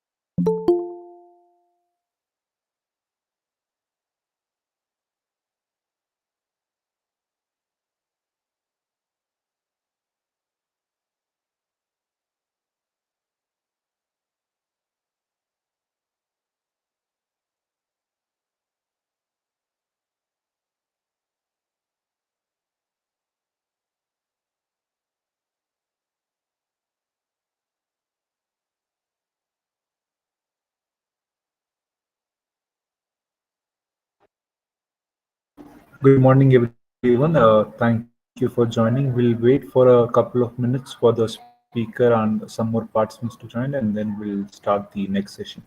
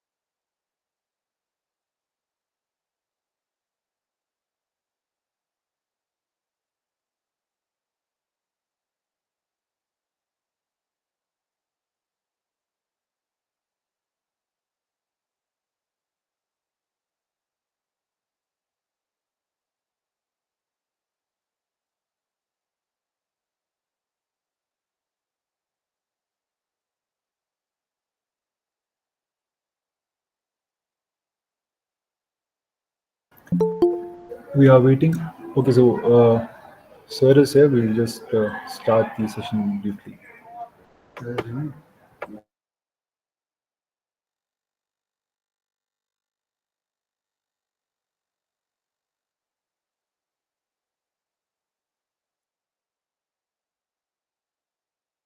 discuss qualitative metrics, which will come into force from 2023. That is measurement and handling the same. We have Dr. Sandeep Grover with us today. Dr. Grover is currently working as Professor, Department of Mechanical Engineering at the Bose University of Technology, YMCA, Faridabad. He has held various posts throughout his career in academics, which include that of Vice Chancellor, Registrar, Dean in multiple domains such as engineering technology, management studies, institutions, as well as quality assurance. He has also served as the head of the department. Dr. Grover has authored more than 100 papers in national and international journals and conferences. He is also associated with different regulatory bodies for quality-related activities. Dr. Grover has delivered expert lectures in various institutions in the country on topics such as quality management in manufacturing systems, accreditation systems and procedures, NEP 2020, as well as technical topics such as application of graph theories and approaches in various fields, etc. So it is our pleasure to have Dr. Grover here with us today. I now welcome you and invite you to deliver the session, sir. Please take over.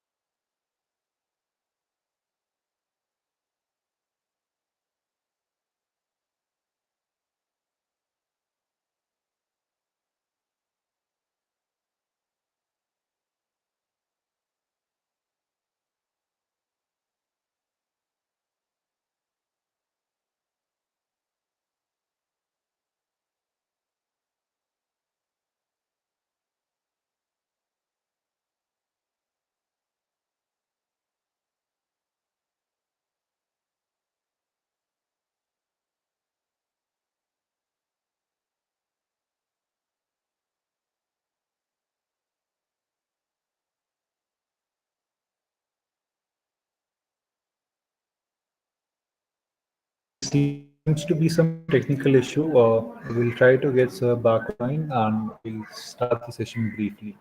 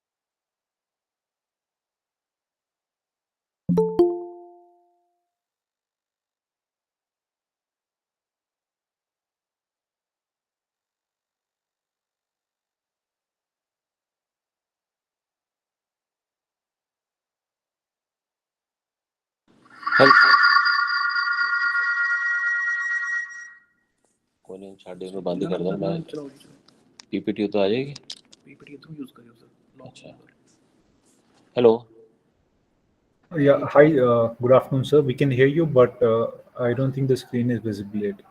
okay just a minute screen is not visible Yes.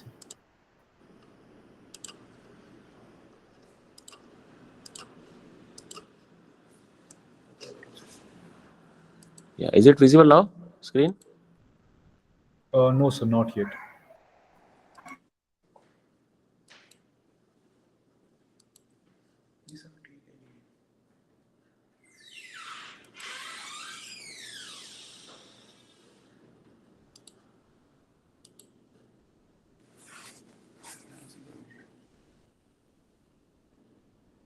Screen share करो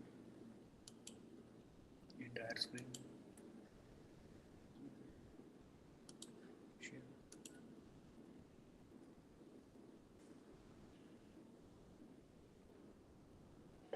Google Meet पे कुछ error आ रहा है sir एक minute देना मुझे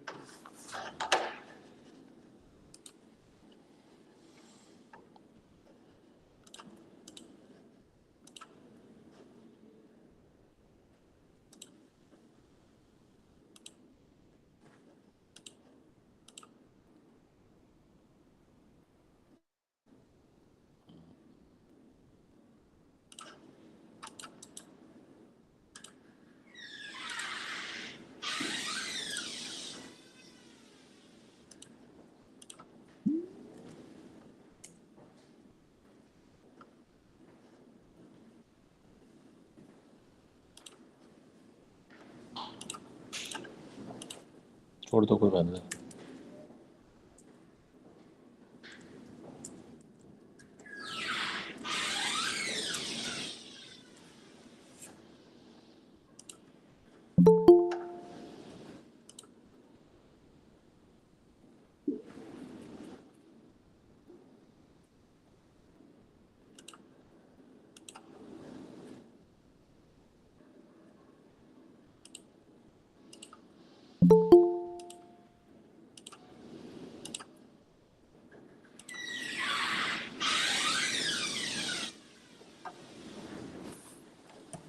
minimise कर दो मिनिमाइज कर दो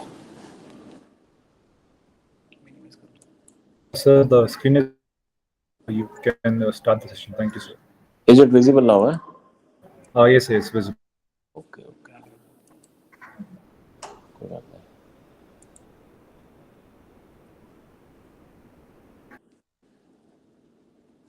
okay so good afternoon my dear colleagues sorry for the technical hitch so let me start with my presentation so today under this your today program I would be talking more about the qualitative aspects that are required for various matrices in the NAAC. But yes, I would also be covering the basic some basic parts and how you go for this procedure for accreditation and some basic things also because I know there are participants from different institutions. So in that case, I think it would be okay. So starting with that, I will be talking about some of the quality concerns, some of the accreditation processes. How do you do the criteria-wise coverage? What information is required? And finally, some word on the NAAC statistics. And then what I have planned that I would be opening up the original manual for the specifically for the autonomous colleges. And then we will see that how the questions in the qualitative matrices are to be tackled with what is the information that is to be required, what you are expected to write in that, and in addition to that, what are the documentation that you are expected to upload on that. Okay, so let me skip this basic part.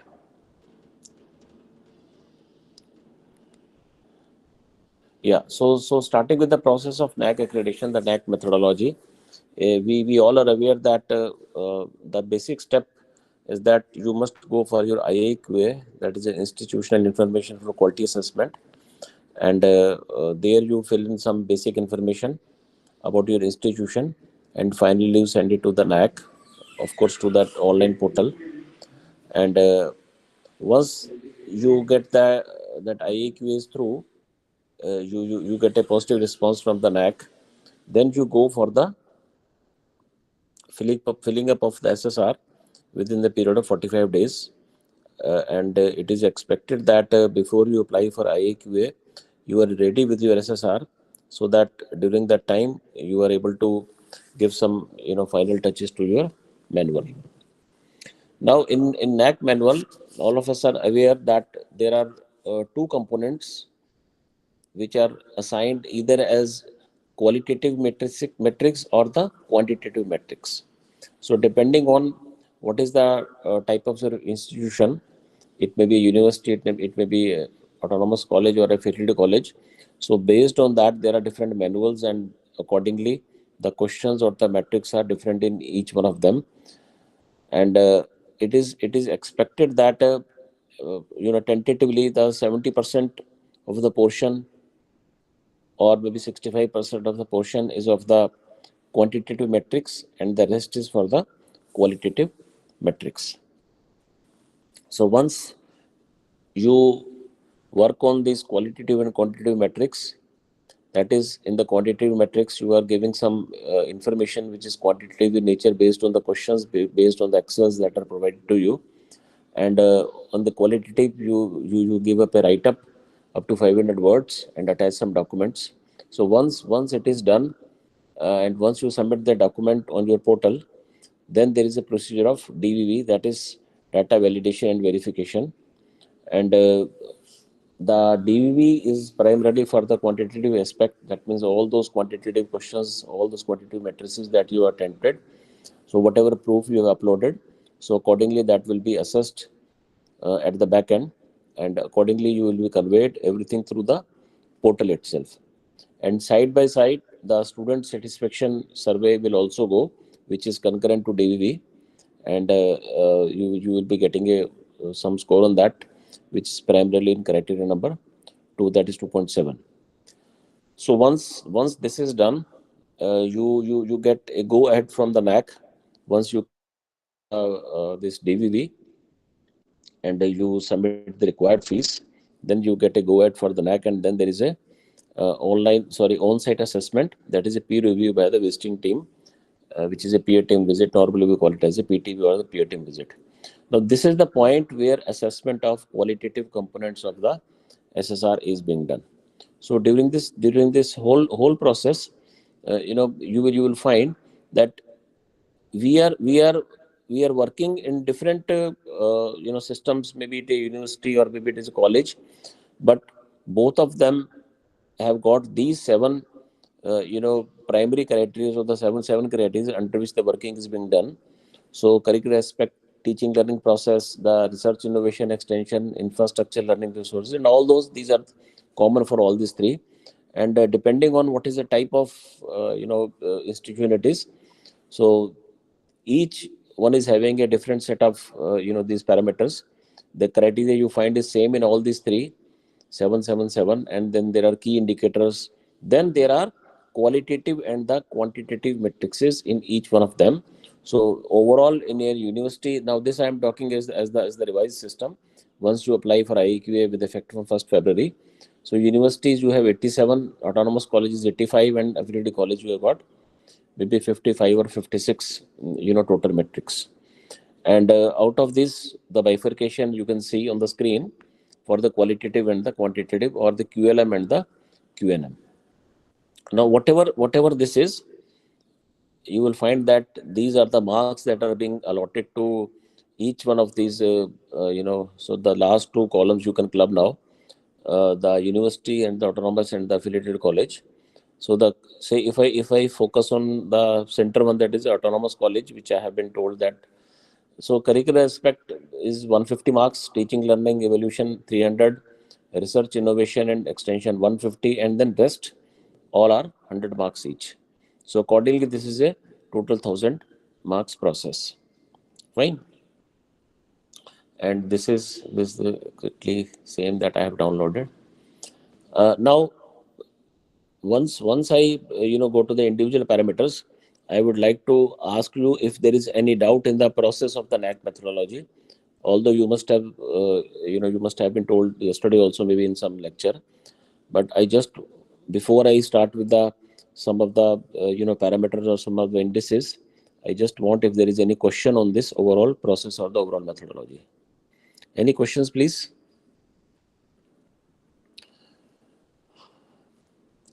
Okay. So now each one of them is having different marks based on this. So what I would do is, yeah. Now these are the supporting files of the documents that are available on the NAAC website. You have an IAQA format that is available over there. Of course, when you do all these things online, and then there is a for a, say for example for a university system, one is you have got a manual, the revised manual, including this extended profile template for the university or for a college, and then you have a set of SOPs, that is a standard operating procedures for the DVV. That means whenever you are uploading information, what is the type of information that you should upload and what is the type of information that you should avoid. So these types of instructions are given in this document particularly. Fine. Now moving ahead, this is the your structure of SSR. You need to have some executive summary, the profile of the institution. Then you need to answer all these qualitative and the quantitative matrices, which we discussed just now, the numbers. And finally, you need to give the evaluatory report of the departments in the case of a university or in the autonomous colleges. This is about SSR. I have already told you. This is the information that is from the InfluMit regarding the research part. Yeah, this is a new, this is the revised grading system. I hope you're all aware of this. Yeah, so this is something, a terminology that I would be using from time to time. So this is basically we use when you go for the process of NAAC. So IAQA, the criteria, the key indicators, the metrics, the QL and the QM, that is the qualitative and quantitative, the DVV part, the data templates, the SOP, the student satisfaction survey, SSR, and the peer team visit. So these are just the terminology that we are normally using. Now, before I open up this manual for the autonomous college, so this is just a current statistics. The number of for a revised system with effect from July 2017. These are the number of universities and the colleges that have gone for the accreditation, and this is the classification based on their grades. So out of this total 115 have got A++, A plus 326, and so on. Fine. So since my purpose of this talk is regarding the qualitative matrices, so I'm going to focus on that. But still, if there is any question related to otherwise also, so you can please ask me.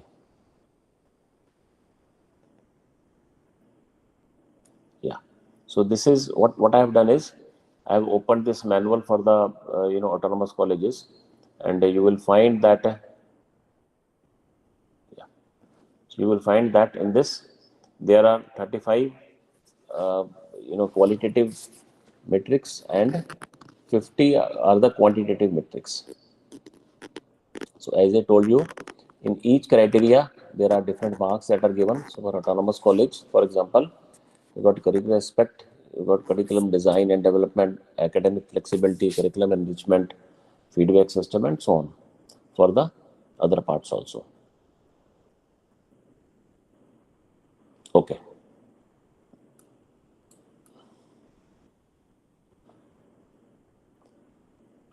So actually I am going to focus on the limited number of questions which are related to only the qualitative aspect, but I would welcome if there is any question otherwise also.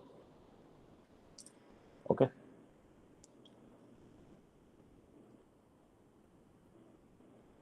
So this is the first criteria regarding the curricular aspect.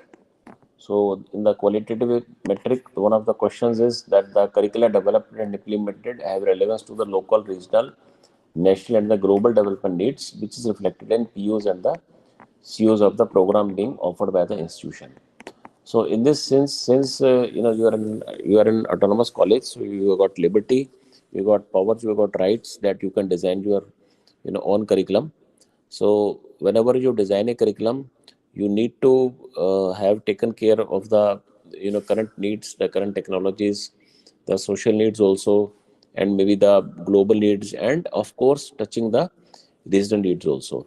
So actually, whenever you are preparing a curriculum, so what is expected in this, that the curricula is developed in a systematic procedure.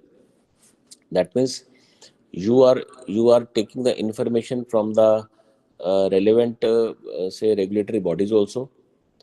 Okay, and then whenever you are developing a curriculum, you are taking the proper inputs from the different stakeholders, which could be academicians from the different institutions, they could be the industry, they could be your alumni, some input from the students, and based on all these inputs, the teachers, the departmental teachers, they are working on this aspect.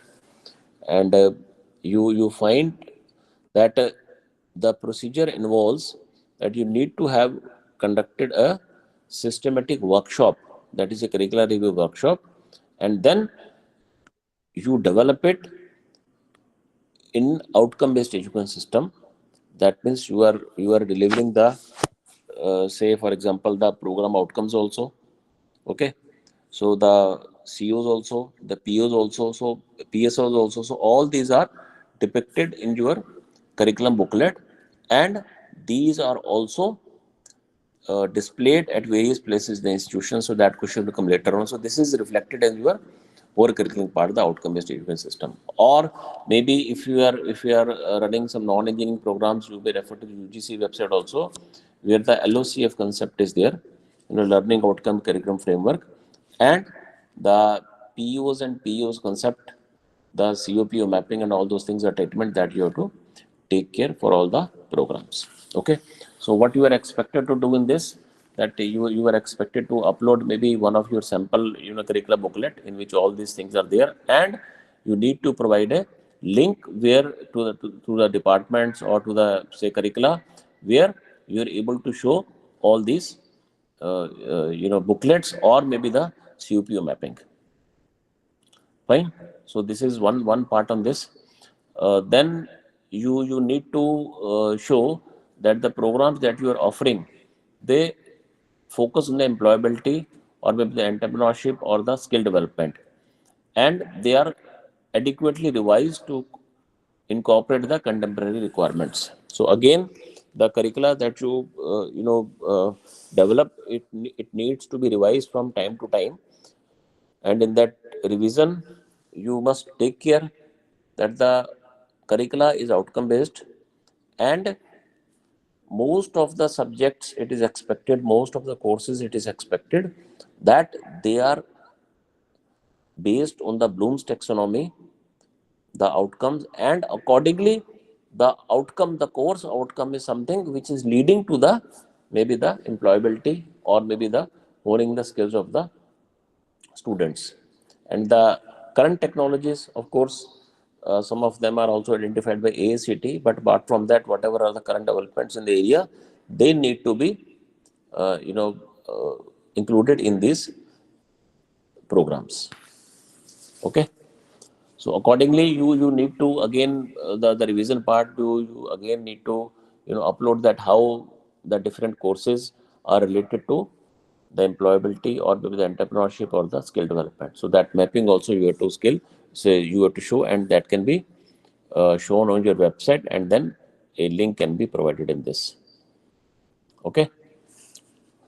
Now again, that the institution integrates cross-cutting issues relevant to professional ethics and all these, and NEP.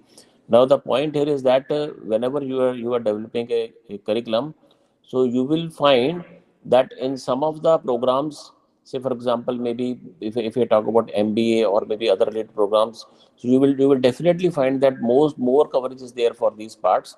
But yes, even in the engineering programs also, or maybe the other related programs, you need to check up that these issues, how they are covered into your curriculum, into the various courses. There may be a specific subject which could be by the name of professional ethics, or maybe these parts are covered under some of the subjects. Now, since this is a curriculum aspect, so you need to also know that the key contents, the key features of the National Education Policy NEP 2020 are also included. Some of the things you might already be having, maybe a choice-based credit system, or whatever are the other parts, they are included in this. Those could be related to the students' aspects, or those could be related to the say your research profile. So they are covered in your NEP, in your curriculum development. And over a period of time, you will also include in this, as per the provisions of NEP, which could be a, your UG program of 4 years, I mean 3+1, and then PG of 1 year, and so much.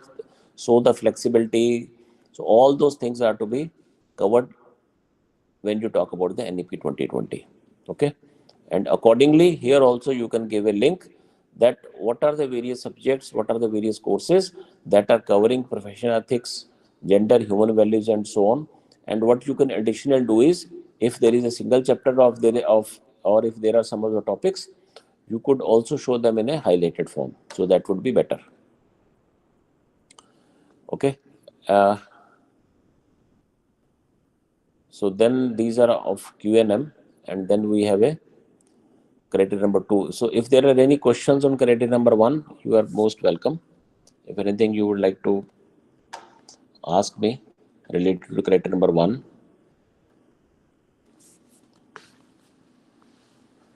Okay. So then moving on to criteria number 2. So you have these quantitative questions, and then the institution assesses the learning levels of students and organizes special programs to cater to different learning needs of the students. So we must understand that different students have got different learning needs. So everyone is not a top ranker, and accordingly you must find out that what are the various levels of learning of the students. Now one of the aspects in this is that whenever we are going for the induction program, at the start of the program, when students they take admission, so during that part you can assess the learning level of the students. Now learning level of the students can be based on the different skills. So we must understand that every student has got some quality, some strengths. So that is what you have to actually highlight, and accordingly the development has to be done.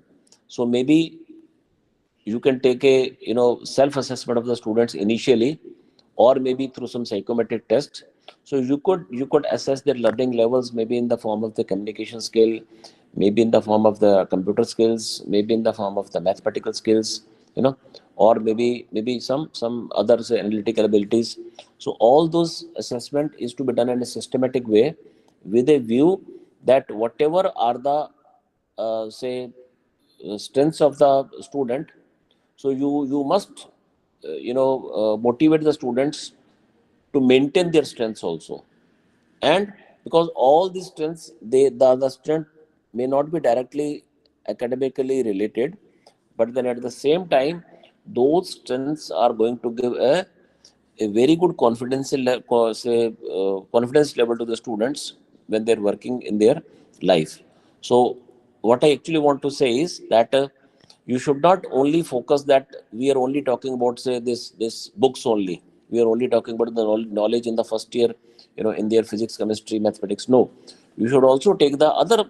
So maybe some of the students are very good in sports. Maybe some of the students are very good in say cultural activities. So all those strengths are to be maintained throughout their study program, and accordingly whatever are the needs of the students, differential learning needs of the students, that we must take care. So that is the reason that sometimes we are going for some additional courses, we are going for some bridge courses, we are going for some remedial classes also. So this is only possible once you know that what are the what is the assessment of the learning level of the student. So whatever activities that you are doing for that, so that you can always upload and provide a link to your website, right? So then is the student centric methods such as experiential learning, participative learning, problem solving, ICT, so are including online resources for effective teaching learning are there. Now in this case you have to actually work out that what are the various teaching learning methods you are say using apart from the chalk and board. So some of us might be going for presentations. Some of us are using tutorials wherein the problem solving is being taking place. Maybe in some of the programs, say for example, say an MBA program, you may be going for a role play, or maybe you are taking the students to the industrial visit as a part of experiential learning. Okay, so the point is, you must try to find out, and you must try to motivate the teachers also, that to enhance the learning experience of the students, you must use different teaching methodologies appropriately. I use the word appropriately because everything can't be used everywhere. So you must find out that what are the different teaching learning experiences, because the purpose is that they learn more. And you also must be using maybe some ICT enabled tools. Maybe you are having some smart boards, or maybe some online resources. Maybe you are showing them some video lectures. Maybe some of them are registered to the SWAYAM courses. So all these aspects are to be taken care, and then you can upload what are the various facilities you are having and how you are using them, so they can be displayed on your website also. And also you can upload a document if you have developed some documents for that. Okay, then it is expected that the mentor system, the mentor mentee system would be there, because there are certain issues to the students, specifically when they enter the college life, which could be related to the academics, or as simple as when they enter the college, all the basic things somebody has to tell them. They talk to their friends, they talk to their seniors, and then they come to know.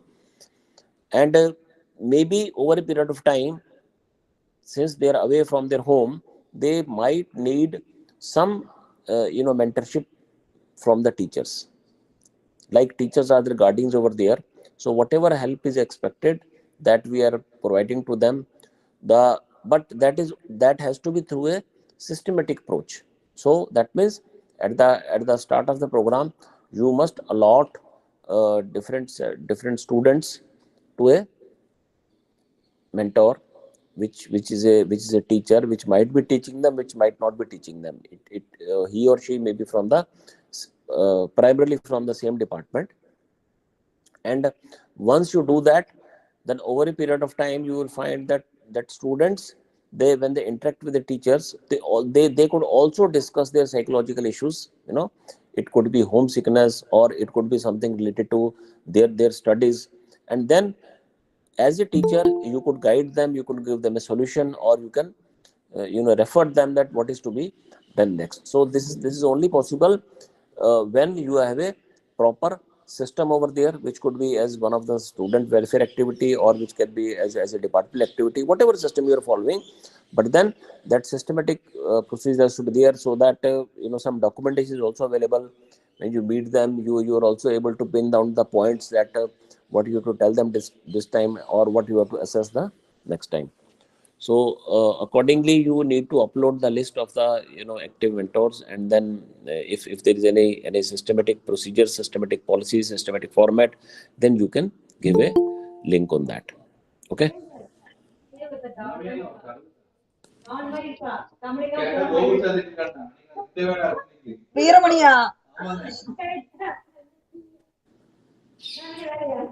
I Okay, request the so participants to kindly be on mute so that the session is not disturbed. then you have a preparation and adherence of the academic calendar and teaching learning plans. So even when you are in autonomous college, you are affiliated to a university. So you might be getting some of the academic calendar, a broader calendar from the university, and then you need to format your own academic calendar and a teaching plan. So that has to be prepared. And one of the important parts is that the academic calendar should be prepared as a part of participative exercise. So you could include various the dean academics, or various teachers, or head of the departments. And I would request that it would be best that if you can involve a group of students also when you are drawing a academic calendar. So once you draw this academic calendar, then there are teaching plans by the teachers. So those teaching plans you can also upload on your website. Those teaching plans you can give at the start to the students. So what is to be covered under which week, and then accordingly you can see that if there are any gaps, how you are covering those gaps. So there could be systematic formats for that once you go for the say the lesson plans or maybe the academic calendar. And then you must include that the all the major your academic activities are included in that. So sometimes the best practice is that in the academic calendar, apart from the schedule of your say exams and related things, so you can also include say things like if you are going for a particular week for the feedback, or if you are going in a particular week for the academic say audit, and some of the best practices, so they could also be included in this. Okay. So then you have in this character number 2, you have IT integration and reforms in examination procedure, formative assessment. So how the improvements have been there. So what is the LMS, or what is the EMS that you are examination management system that you are using online. So how are these procedure? How is the IT integration at various stages? So what are all the activities that are IT enabled? So these things actually have to be covered in this. And the best part is that if the whole procedure is IT enabled, and how the over a period of time how the reforms have taken place in the examination system. So I think this is what you have to show here. And of course you need to give a link to the different examination procedures, the different systems, what are the IT facilities available with regard to the examination system. So those things are expected to be covered in this. Okay. Yeah, so one of this is very important parts. You see, it's 30 marks. This is the learning outcome, the program outcome, the graduate attributes. They are included in the assessment procedure. So what actually is expected in this is that you are following an outcome-based education system, number one. So once you are following an outcome-based education system, so that means whatever curriculum you are developing. So that would include, rather there is a hierarchy. When you start from the vision and mission of the institution, then you have a vision and mission of the department, then you go for the objectives of your department, or maybe the objectives of the program. And then when you come to each course, that is each subject, then for each subject you need to have course outcomes. And it is always expected that those course outcomes would be homogeneous in nature. Say for example, it is expected that each course must have 4 to 6 course outcomes, or maybe little here and there. And all these course outcomes, when you write down, they are in the future tense. That means at the end of the course a student would be able to.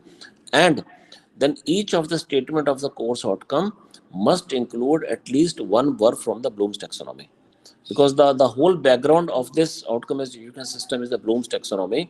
So those different levels of the Bloom's taxonomy, they are to be they are driven by different verbs or the different words. So whenever you write down the course outcome, say for example, you say that at the end of the course a student would be able to analyze, say for example, the design aspects. So the word analyze is from the Bloom's taxonomy. Or maybe if it's a basic one, understand the concept of, say for example, EMF. So that understand is now a Bloom's taxonomy word. So design, so you must take care that each course outcome is having at least one Bloom's taxonomy verb. So once you are done with this, you also have PEOs and the POs, the program outcomes. So all these things are actually available on your website also, and they are also placed at the different places, at the prominent places in your department or maybe in the university also. Now the point here is the whole methodology is to be followed. Once you write down the course outcomes, you have a program outcomes also, PSOs also. So you need to develop a COPO matrix. Once you develop a COPO matrix based on a score of 1 to 3, you need to find out the course outcome for each of the attainment of the course outcomes for each of the courses, and based on this attainment you need to find out the program attainment. So that means for all the POs, once you are done with COPO mapping, and once you are having your course attainment, you will be able to find out the attainment of each of the POs. And once you do that, then as per the systematic methodology, the 80% would be from the say direct attainment, and your 20% would be from the indirect attainment. So that's what the question says, and the attainment of the same are evaluated by the institution. So for each of these batches, you need to develop the say the course outcomes and the program outcomes and attainment of them. So this is a systematic methodology. The write-up you have to give in 500 words. And apart from that, it is expected that you would upload the POs and COs for all courses, okay, and provide information in terms of the links. So that link may be a sample for one of the programs where you have described how this calculation or how this evaluation of the attainment is being done. So this attains importance since this is of 30 marks also, and otherwise also this is a basic of all outcome-based education. So this is all again quantitative. Okay. Similarly, if I come to the third criteria, so here the institution research facilities are frequently updated and there is well-defined research policy promotion. So this is a basic part which talks about the promotion of research, that you have a well-defined policy which is for the research, and in that research policy you are also covering up, say, what are the facilities to be available to the teachers, maybe in the terms of the infrastructure, maybe in the terms of the seed money, maybe in terms of the patents, or what all efforts or what all coordination is being done from the institution side. And it is expected that this policy would again be developed, maybe if you have a research cell or maybe some R&D section. And finally this policy is being say approved by one of your bodies. It could be IQC or it could be your academic council, and this is available on the website. Okay.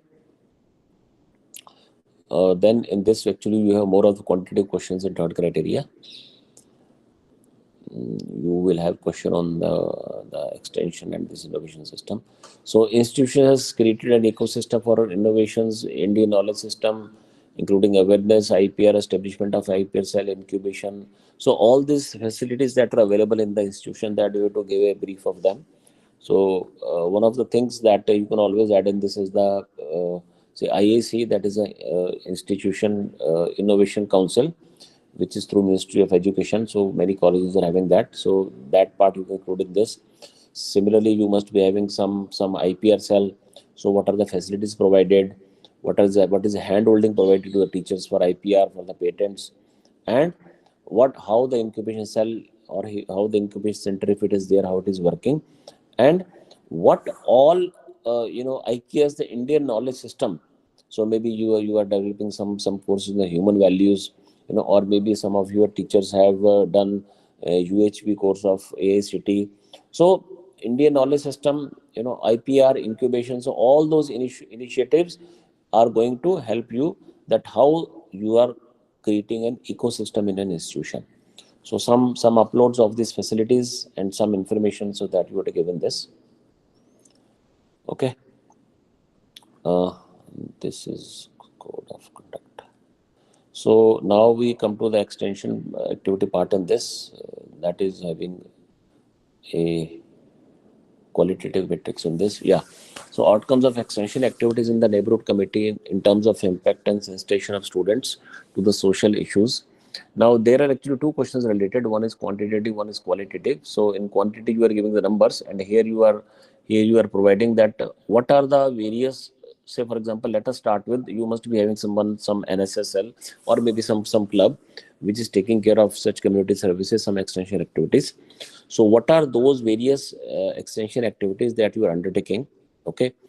Or maybe say in your nearby region, you might have adopted a school, you might have adopted a village, maybe through some your NSS or maybe some your local NGO. So what all activities you are doing, number one, what is the outcome of those activities, and how it is basically putting an impact on our students.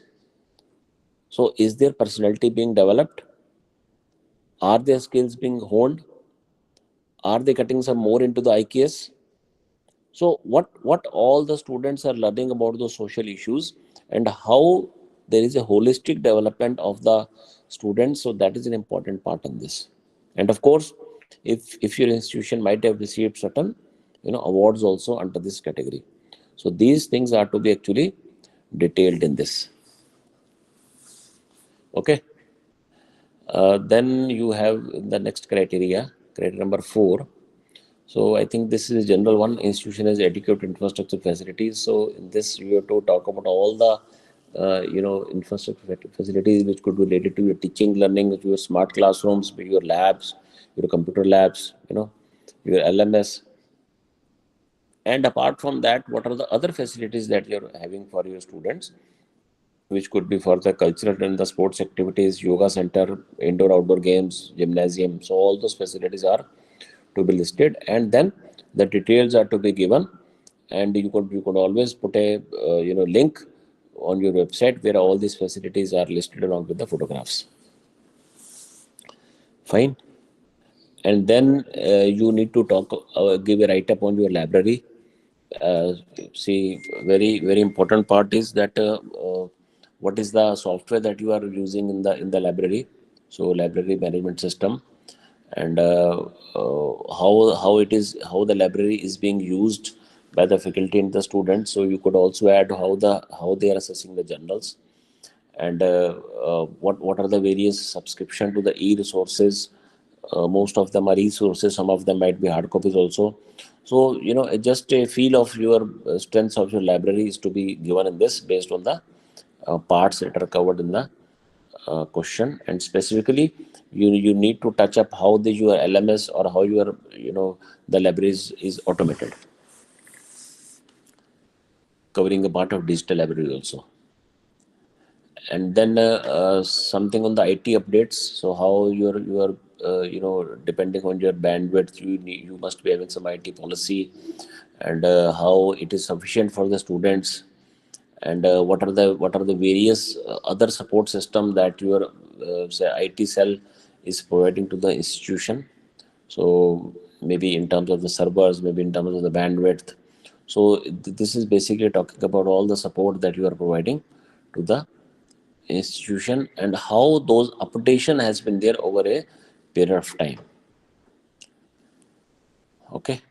And then this talks about 4.3.3 institution has dedicated audiovisual center, LCS, the mixing equipment. So that means if you have got LCS, then you must be having some of the say software also, and how this particular facility is helping your teachers for the e-content development. Some of them might be giving some online lectures, or maybe developing some e-content for the SWAM platform.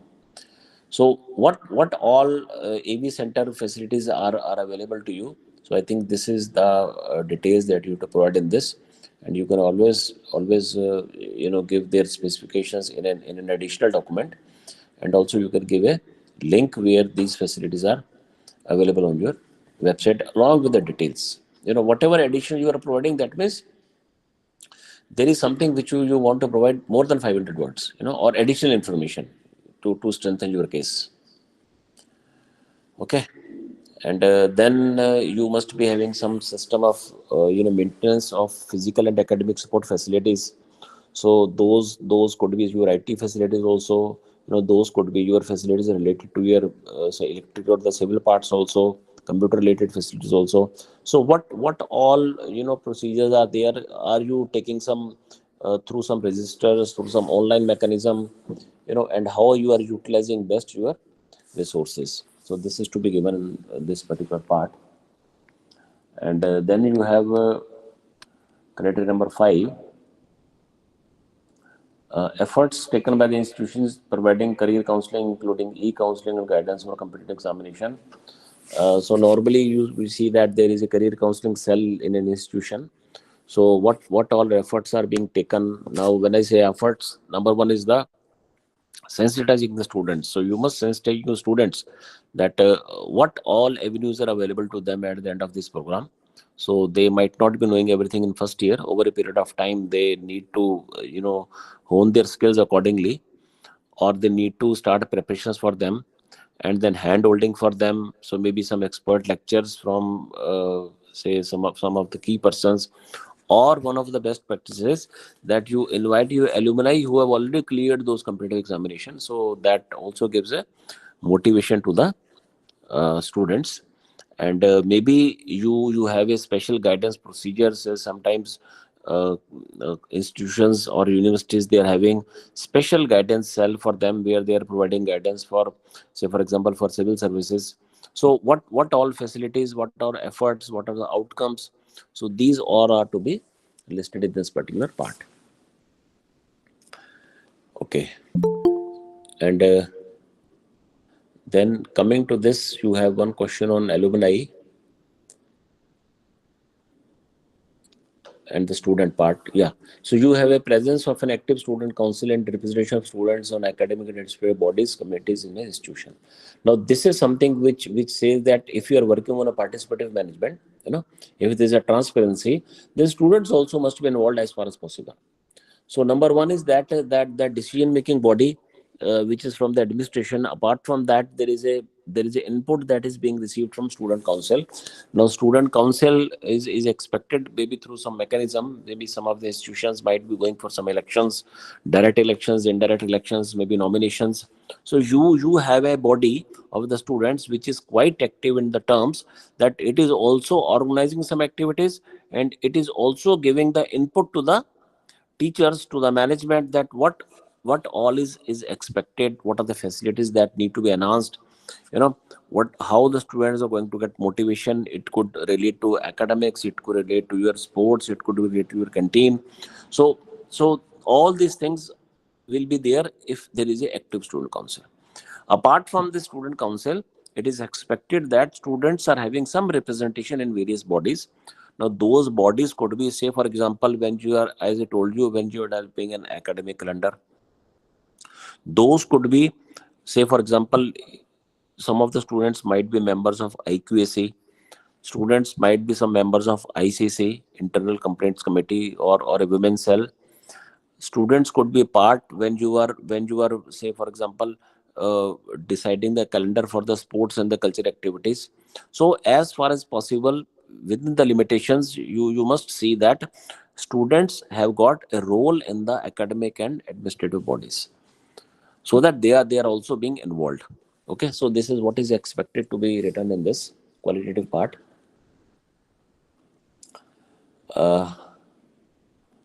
Then you have a question on the alumni, that alumni contributes and engages significantly in the development of. So it is expected that you have alumni association, number one, and secondly, this alumni association is registered, and they are providing say support to the alma mater, to their say to the institution in the financial and the non-financial term. So financial term could be they could develop a scheme of scholarship, or maybe some other infrastructure facilities that they are providing.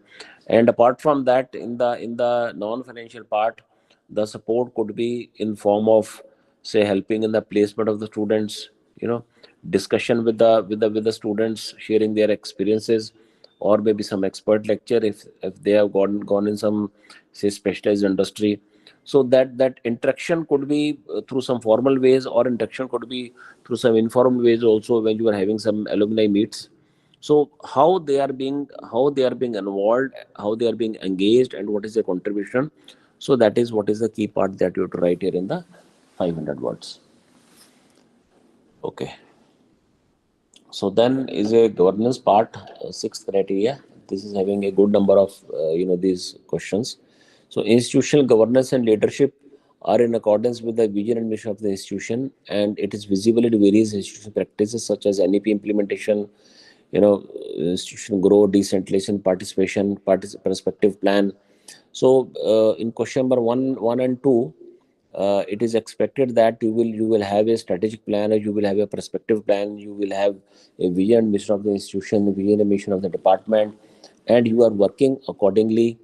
You have a developmental plan for the institution, which could be in terms of the NEP, or which could be in terms of the say in general your strategic plan or a vision document.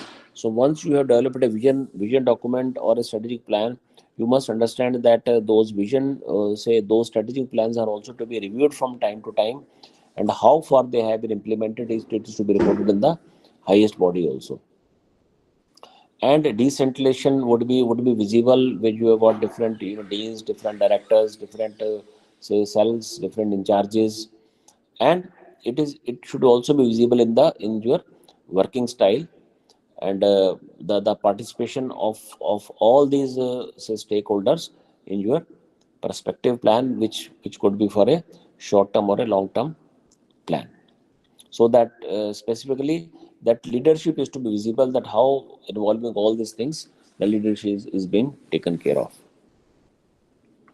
And then the institutional perspective plan is deployed and functioning of the institutional bodies, and efficiently visible from policies, administrative setup, appointment, service rules. So the systematization of work is to be seen over here.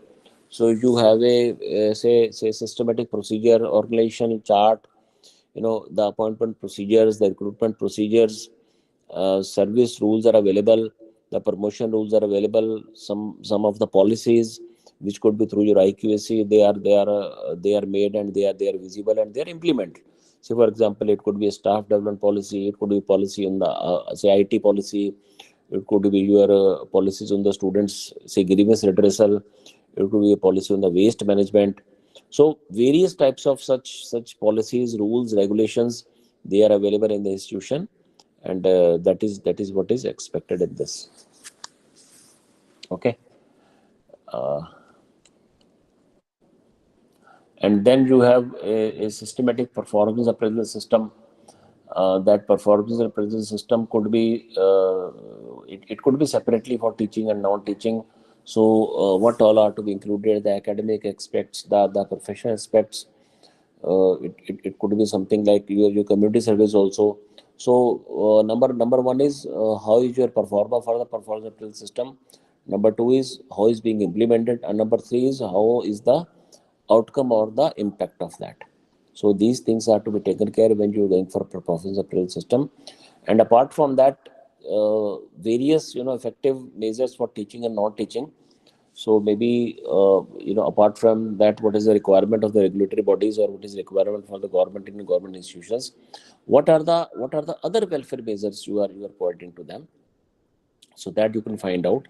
It could be in terms of the transportation, it could be in terms of providing the laptops, it could be in terms of some specific incentives. So maybe in terms of the fee concession. So all these various welfare measures that you are providing, they are to be listed, number one. Secondly, what is the policy for them? And third, you need to find out that over a period of time, how many are the beneficiaries in that case. Fine.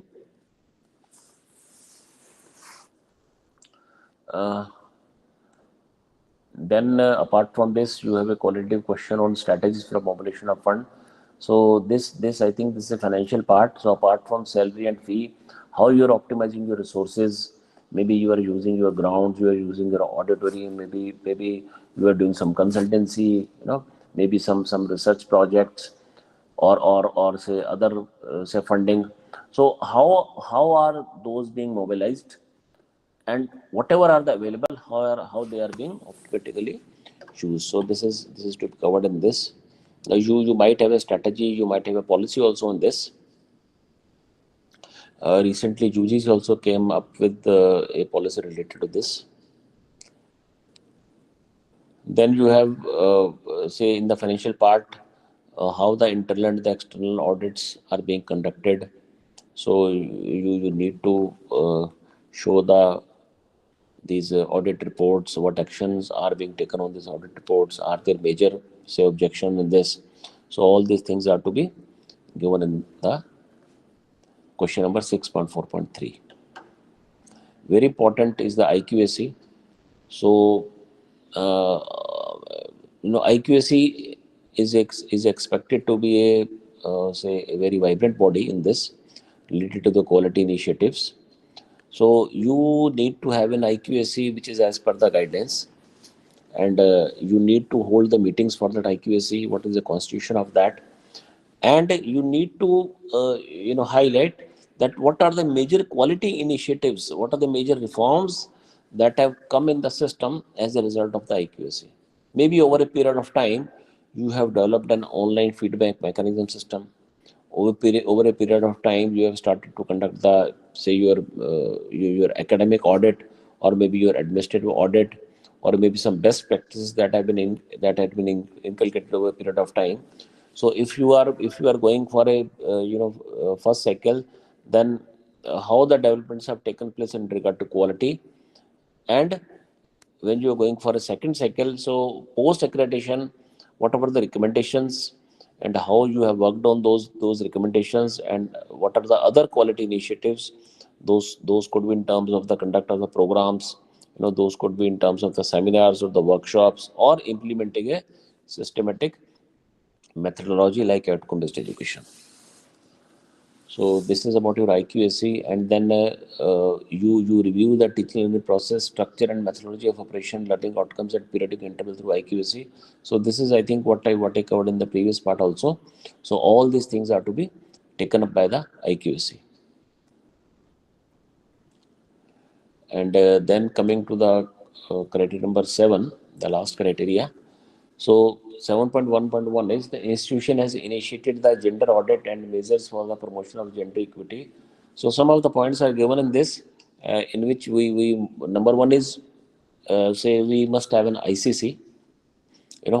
What are the facilities specifically they are available for the women. So those gender activity, those sensitization plans could be in terms of the girls common room, could be in the form of the facility of the creche facility that is given to the women employees, okay, or they could be in terms of the maternity benefits as per the rules. So what all activities your women's cell is conducting, number one. Secondly, what is the impact of that? So how over a period of time you find that yes, this is positively impacted the system. So not much of the questions in this also. So describe the facilities in the institution for management of say the degradable and non-degradable waste. So you need to talk about the solid waste management system in the institution, whether you got MOU with some of the local agencies, whether you have the say your STP, and so all these e-waste management system maybe as per the IT policy. So what all, if you are working for a medical part also, then the biomedical waste system, so how the recycling is to be done, what are the additional facilities that you are providing in these areas, so that it could be through a policy, or it could be through direct implementation, it could be through some infrastructure. So all these things are to be primarily covered in this. And if you got some MOUs with the government or say NGOs, then you need to put up those MOUs also here. Okay. So green campus initiative. So how you have been using, say for example, there is a restricted use of say, automobiles. Maybe you can have a one day as a no car day, no vehicle day. How the use of ban on plastics is there, not only through policy, but also actually implemented in the canteens, or so, and in the other say bookshops. So all these things are to be taken care. Do you have a battery powered vehicle? So how are the pathways pedestrian friendly? Say green campus, trees, numbering of trees. So all these things are to be covered in the green campus initiative. And of course, you need to provide a geotag, say photographs. Fine. And then you have the facilities for the differently abled or the Divyangjan. So what all those facilities are there? Are you following the guidelines of the government in this regard? Do you have a specific cells in this who are working? What is the statistics? How many such people are there? So these differently abled people, how they are being motivated, what are the facilities provided in terms of, it could be in terms of the, say, signages, it could be in terms of the specific washrooms, so lifts and ramps. So maybe through some softwares, if you are able to help them. So it depends whether you got a policy for the scribes in your examination system, and what are the various say systems in terms of the soft and the hard part. So these all to be covered in this. And then the institutional efforts in the inclusive environment, always in harmony. So how you are taking care of the cultural part, the regional part, the different facilities that you are having, what are the various festivals that you are celebrating. So that communal, the socio-economical, and all this diversity, how you are taking care in an institution. So I think these are all general, and sensitization of students and employees of institution on constitutional obligations, values, rights, duties, responsible. So how are you doing it, directly or indirectly, maybe through some NSS or maybe through some cell? Do you have some specific cell on this? Are you celebrating the Constitutional Day? So are you conducting various some activities, maybe in terms of some programs, maybe in terms of some Nukkad Natika, or maybe some seminars, which is helping us to grow as a good citizen, that is the, or a responsible citizen. So that is the purpose of this. Okay. And I think this is about your criteria 7. The last part is about the best practices. So you need to understand that what are the, say there are two questions in this. One is regarding best practices, one is on the distinctiveness. So best practices, number one is best practice is a practice. So you must understand which you are practicing again and again. So that is going to become your best practice, which is different from the others. Now these types of best practices could be in terms of your community service, could be in terms of the social affairs, could be in terms of skill development, could be in terms of the academics, could be in terms of the, say, some LMS, some IT related. So whatever are the best practices that you are following, that you need to write down over here. Now, as a reference document, there is also one document given in the NAAC website in which number of best practices are written. So I think that also you can refer to them. And there is a format for these best practices that is given over here. The title, the objective, the context, the practice, how they are helping you to success. What are the problems that you might have encountered while you are putting these say best practices.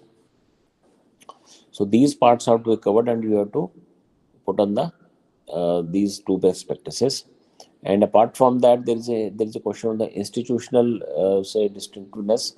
Portray the performance of the institution in one area distinctive to its priority and thrust within, say, 1,000 words. Now this says that how your institution is distinctive, different, and that is based on your priority, and how you are putting, say, more thrust on that particular area.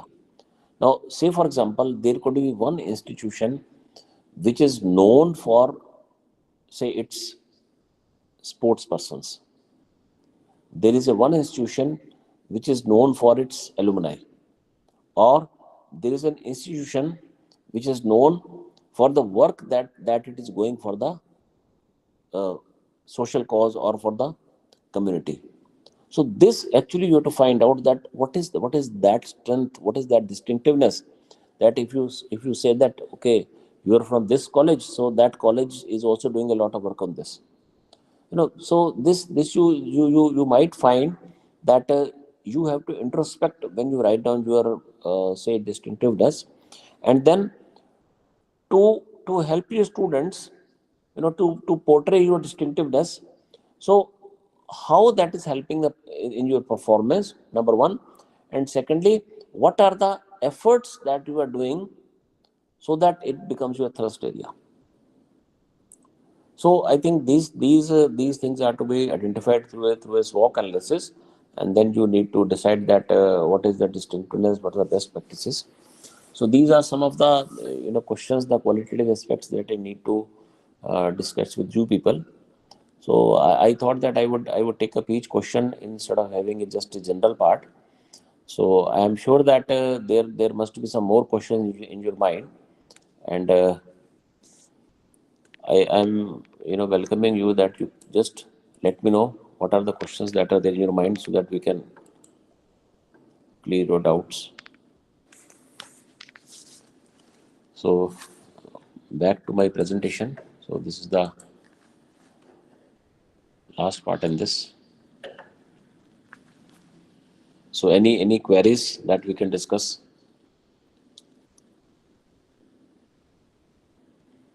or if you want to add to this? So if there are any questions, the participants may either mute and ask it or put it in the chat box.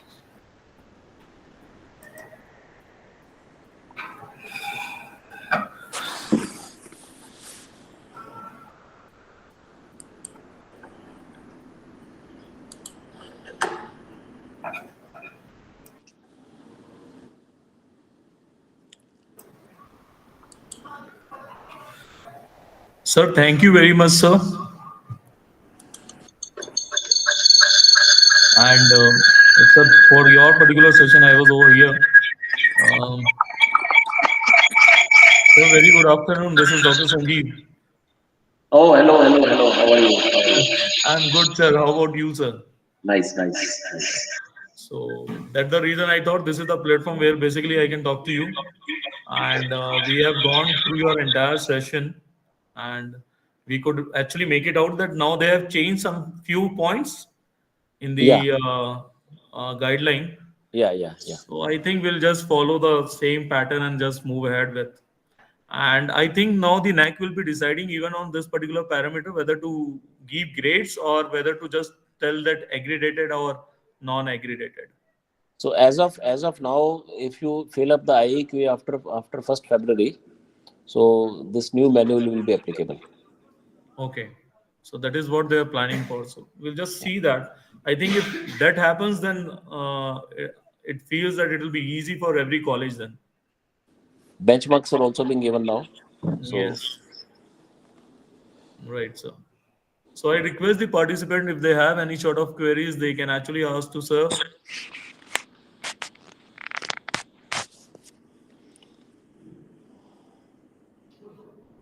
so I think it's a working document. So you can always discuss, or maybe I have given my email ID. So you're welcome for any queries if there are. Right, sir. Sir, thank you very much for Okay. your valuable time. And basically, you have given us the insight for the NAC, and we are grateful for that particular point.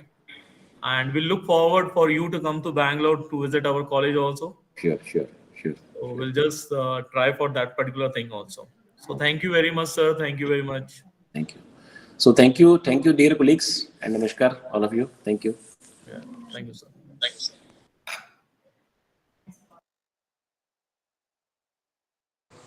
Thank you, sir.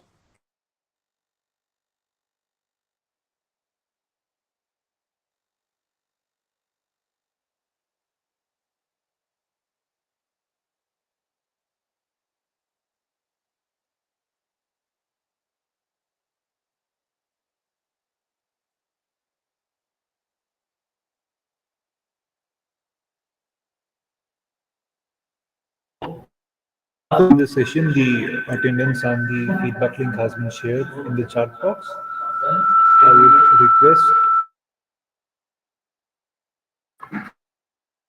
I would request that the participants join back by 2 p.m. for the next session. Thank you.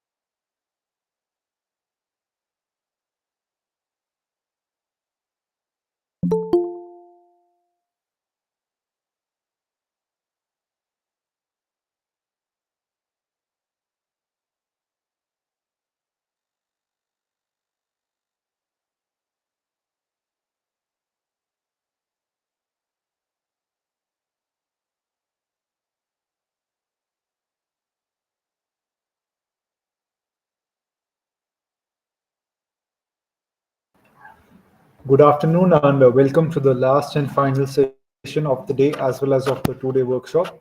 The last session that we'll be having is the quantitative NAAC metrics, and handling this session for us will be Dr. Balamurugan B. So Dr. Balamurugan is currently working as the Associate Dean Student Engagements in Shivananda University. He, apart from this, also has experience of working in Vellore Institute of Technology and Calcutta University. So without wasting any other time, I would now request Dr. Balamurugan to start the session, please. Thank you, Ansar. Very good afternoon to one and all. It's very nice to meet you people again. Without further delaying, I will just go to my presentation. And if you see the schedule of the way the FDP is designed, it's very aptly designed.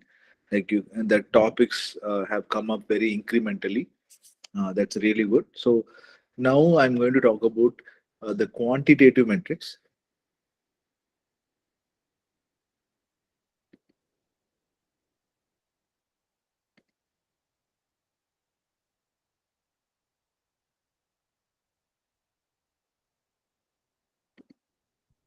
Okay, can you just say whether my screen is visible?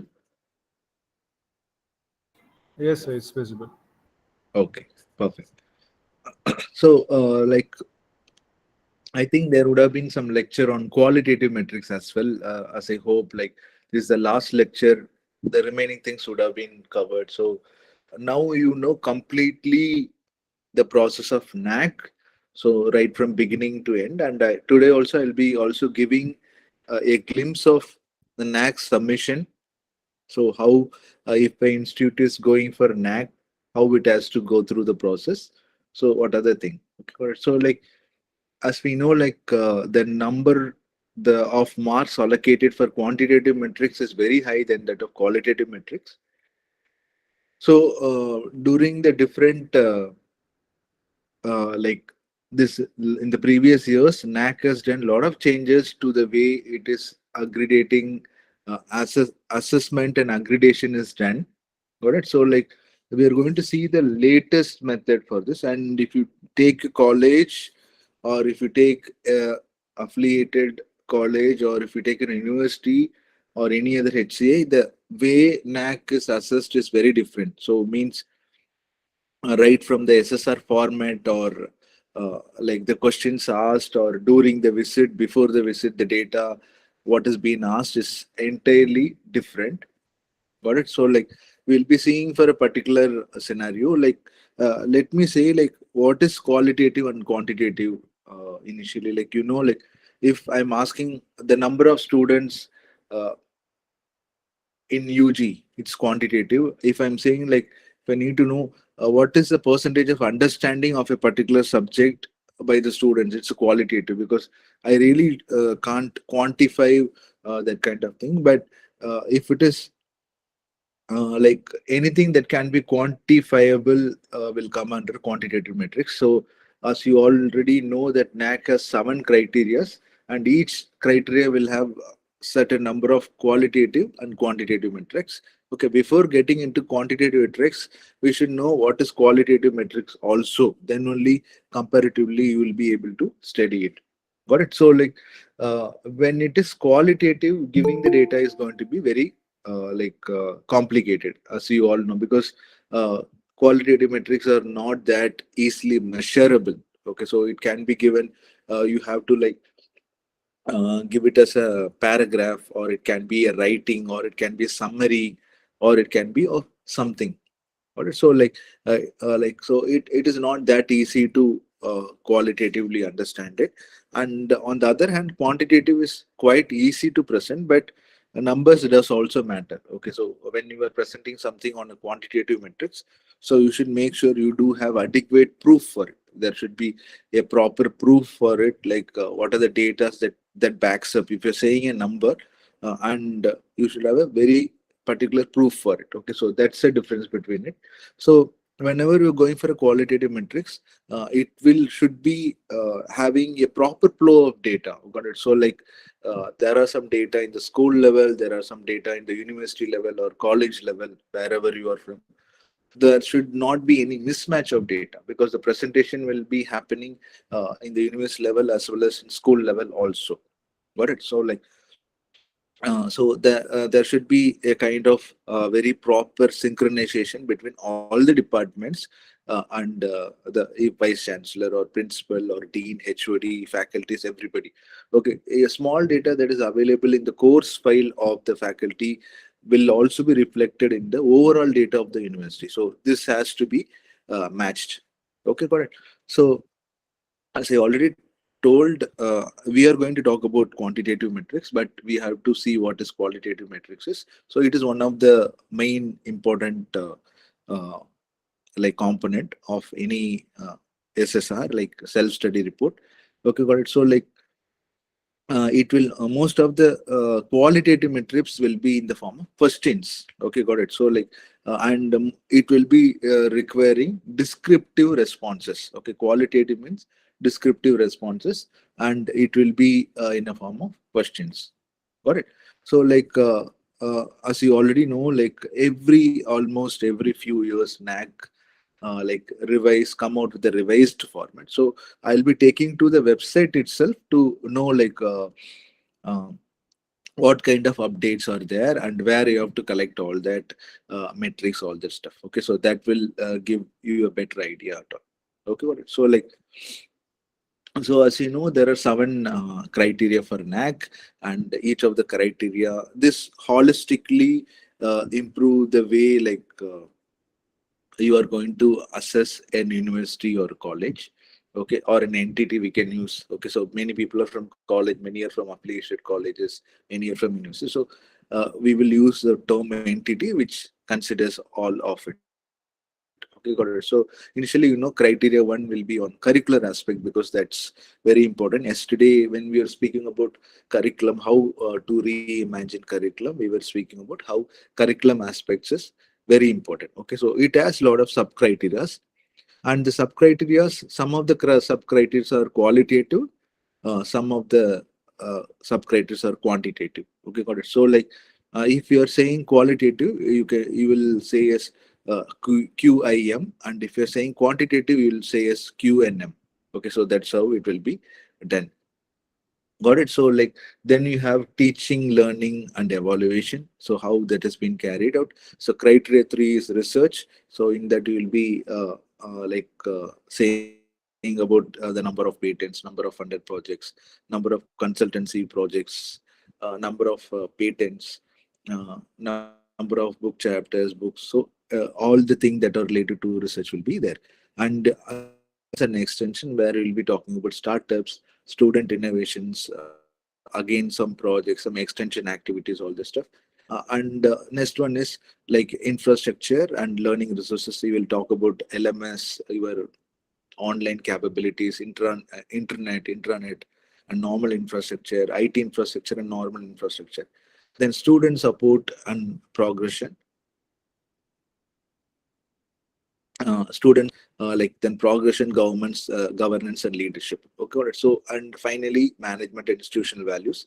So completely it will be covered, and both of it will be having both qualitative and quantitative metrics. Got it. So like, when you say qualitative, I think the other talk would have given you, it will be more logic oriented. So it is what the entity is towards, what is that university is towards, what is the main goal, what are the vision, what are the mission, like what are the phenomenon, like what their expertise at. Okay, so it will be more of it. So it doesn't bring the numbers in, but it brings all this stuff.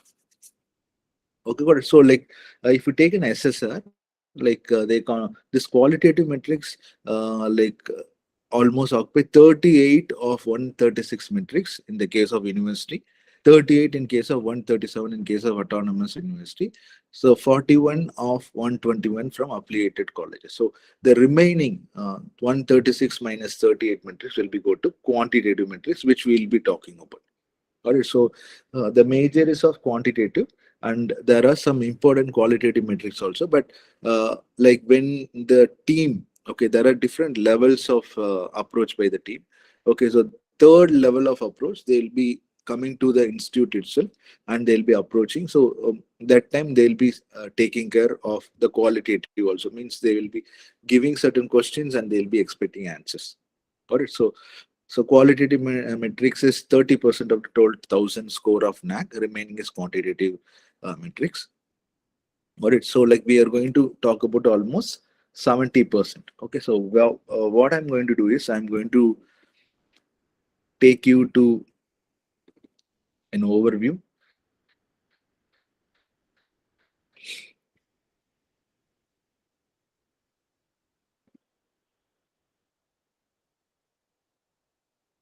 I'll take affiliated college thing so that you'll get an idea. So this is the NAC manual. I'm not going anywhere else to do that because even if there is a small mistake that will be done, it's going to be troubling you. Okay, so this is an document. So whenever if you want to go for a NAC, I'll show you that also. Got it? So this is the NAC website. Can you see my screen? Yes, sir. Okay. Okay, so this is the NAC website. When you type NAAC in Google, you will go to this website. So whenever you want to do take any format, you should not be taking this from any other website because they keep on changing the formats very adequately, or there are different versions of format. So you should not take the old format, and there may be not major changes, but there'll be only minor changes, but you have to be very careful about it. Got it? So you can see aggregation, eligibility criteria, units of assessment, benefits, all that is there. Okay, so they have given that. So what is the basic eligibility that is needed for a university, for an autonomous college, for an accredited HEI? They have given very correctly. Got it? So these are something that out of our contest, but still I will just go through it. Okay, so what are the basic? They should have an off-campus. They should have regular students enrolled. They should be part of India. Like they should not take any aggregation outside the country like that. Okay, so these are basics. Okay, got it. So and after that, there is something called unit of aggregation. Like means they will be dividing your entity into either uh, affiliated or constituent college or autonomous college, university, or health science or physical education. Even ITI diploma is also part of this. Got it? So there is a process here. I will not go through it. I think somebody would have taught you already. So this is what we are going to talk about today, whole day. Okay, these are the 7 criterias, and each of the criteria has a few key indicators. Okay, so I'll be taking upon the key indicators, and each of the key indicators is having weightage, and the key indicators are going to be divided into qualitative and quantitative. Okay, so in that we are going to see about quantitative metrics. All right, so like as I told, there is 7 criteria they have divided. So if you take a curricular aspect, it is when you are in university, it is 150. When you are affiliated university is 150. When you are affiliated UG college is only 100.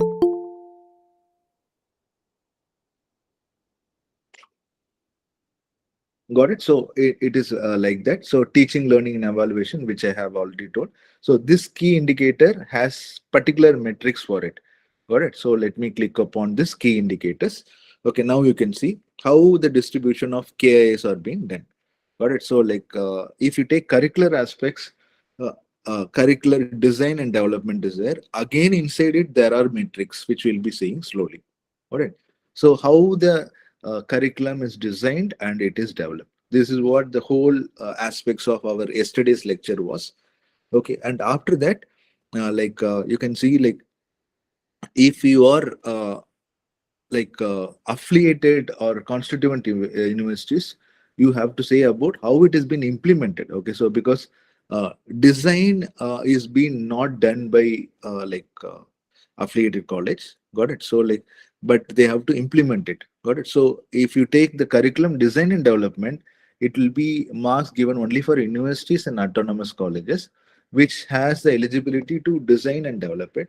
When you are constituent colleges, you will not be having these marks. But when it's case of implementation, so you will not be having marks for university and autonomous colleges, but affiliated college have to follow certain curricular aspect, but they have to implement in a perfect way. So that okay. So then academic flexibility. So again, academic flexibility is having n number of metrics. We'll see that.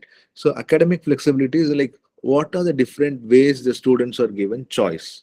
Okay, so what are the different choice that have been given to them for academic flexibility? It means that if they want to change the subject, if they want to add or drop the subjects, so if they want to study different subjects, what is the scope of flexibility that can be given on academics? That is what it's given here. Curriculum enrichment. Okay, so curriculum enrichment, how you are enriching curriculum. So what you are going to do on BOS, and what kind of inputs you are giving, or what are the different subjects. If you give more number of subjects to the students with adequate ecosystem infrastructure and for them to learn, then it will go for a better curricular enrichment. So then feedback system.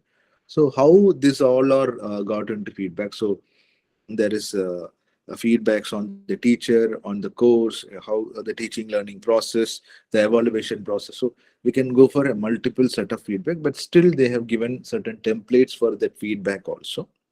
Got it? So like, so that certain metrics are there. And criteria to teaching learning and evaluation process. So how the students are enrolled and their profile. So if you can enroll students with highest number of percentage, you can pull students, like it's going to give you more marks. So how, if you have students from different states, again it's going to add value.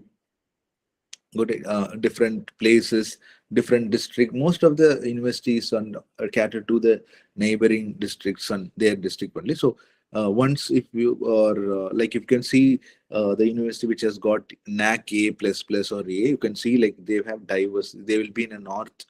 There will be northern university with southern set of students, or southern university with northeast west students. Okay, so that also add to value.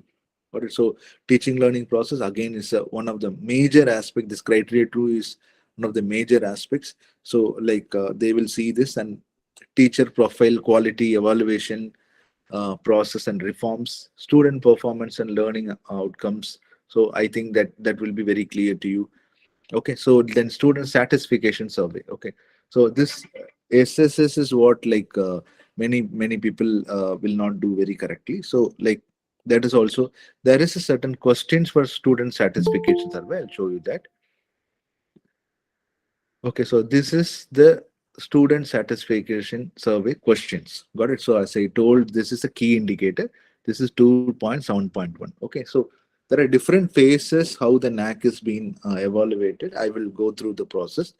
Okay, so like the students are randomly asked certain questions. Okay, got it. So like the questions are like this. Okay, please confirm this is the first and only time you answer the survey. Okay, what is the age? What is the college name, gender? It is being asked by the NAAC to the student directly. They have certain, they will be asking email IDs and all that. It's like a outreach. It's a kind of like understanding. You can say it's a perception questions. Okay, so like what perception is there on the college about this? Okay, got it. So like that, what program you are pursuing, what subject you are currently pursuing. Got it? So they have given. So like now you can see the student satisfaction survey, that is called as SSS, has all these questions. So this is also a quantifiable matrix, am I right? Because they are given numbers and choices. How much of syllabus was covered in the class? Got it? So most of the like institution will have that first 85 to 100, like because maybe final unit will be just gone through like fast, or there will not be that much of attention given to the final unit as compared to the first unit. Okay, so that's something. So the question has been asked. So how well did the teachers prepare for the class? Got it? So this is what, this is the thing that are asked to the students. Got it? So like how well were the teachers able to communicate? How teachers' approach to teaching can be best as described as fairness of internal evaluation process by the teachers. Was your performance in assignment discussed with you? Kind of, the institute takes active interest in promoting internship, students exchange. So these are certain very diplomatic questions that are given, and you can't give diplomatic answer, but you can only give like a choice of it. So can be easily done. All right. So like these are certain questions that are asked. Okay. So like this. So why we are showing that to you is like you should be consciously knowing that what kind of questions are asked to students. Okay, good. So I think this is okay. Now coming to the other part where we were looking. All right. So we saw about the student satisfaction survey and the quantitative metrics attached with it. Okay, so take research, innovation, and extension. Okay, so promotion of research and facilities. Okay, so here mostly it is qualitative. So you have to write description like how you are going to promote the research. We'll see individual metrics also. So what are the facilities you have? It's a kind of write up. Okay, so you can say like we conduct training programs every 2 months, and we give soft targets to the faculty so that, and we give adequate research to them. We give them subscription of IEEE, all that stuff. All right, so resource mobilization for research, again it's a qualitative metrics. Innovation ecosystem, what kind of setup you have for this. Research publication and awards, again it's quantitative. Consultancy, again both extension active. There are again sub criteria attached with this. We will see that extension activities, collaboration. Okay, so like you can see physical, when you come for infrastructure, it's all about the plinth area, built area, number of classroom, the student classroom ratio, library, the bandwidth, downloading speed and uploading speed, IT infrastructure, maintenance of campus. It's mostly related to admin level thing. Got it? So like, and then the fifth one is student support and progression, student support, student progression, how the students are being participated and what are the activities they are doing, what is the alumni engagement. Oh, it's related to more of student welfare, student engagement, all that stuff.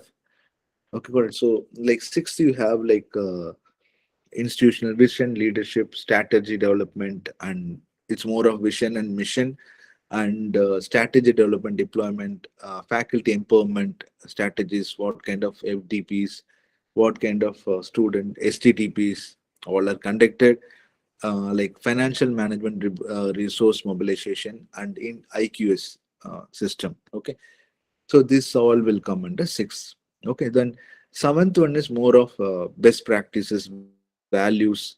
What is social responsibility? Here only the NSS, NCC, other feeding India, other many other things like that cause that connects the institution with the social aspects of the place where the institution is located will be done. Then the best practice they are following. Best practice is what has been followed in classroom, outside classroom. What is the distinctiveness of the institution? Like you can say like we provide food to all, lunch, which is not very normal. So institutional distinctness, you can say like we have transport facilities for faculties or something like that. Or it's all like that. So you can see this is the entire distribution of key A. Okay, so here only the weightage is given. So you can see the weightage for different this one. Okay, so we have seen this.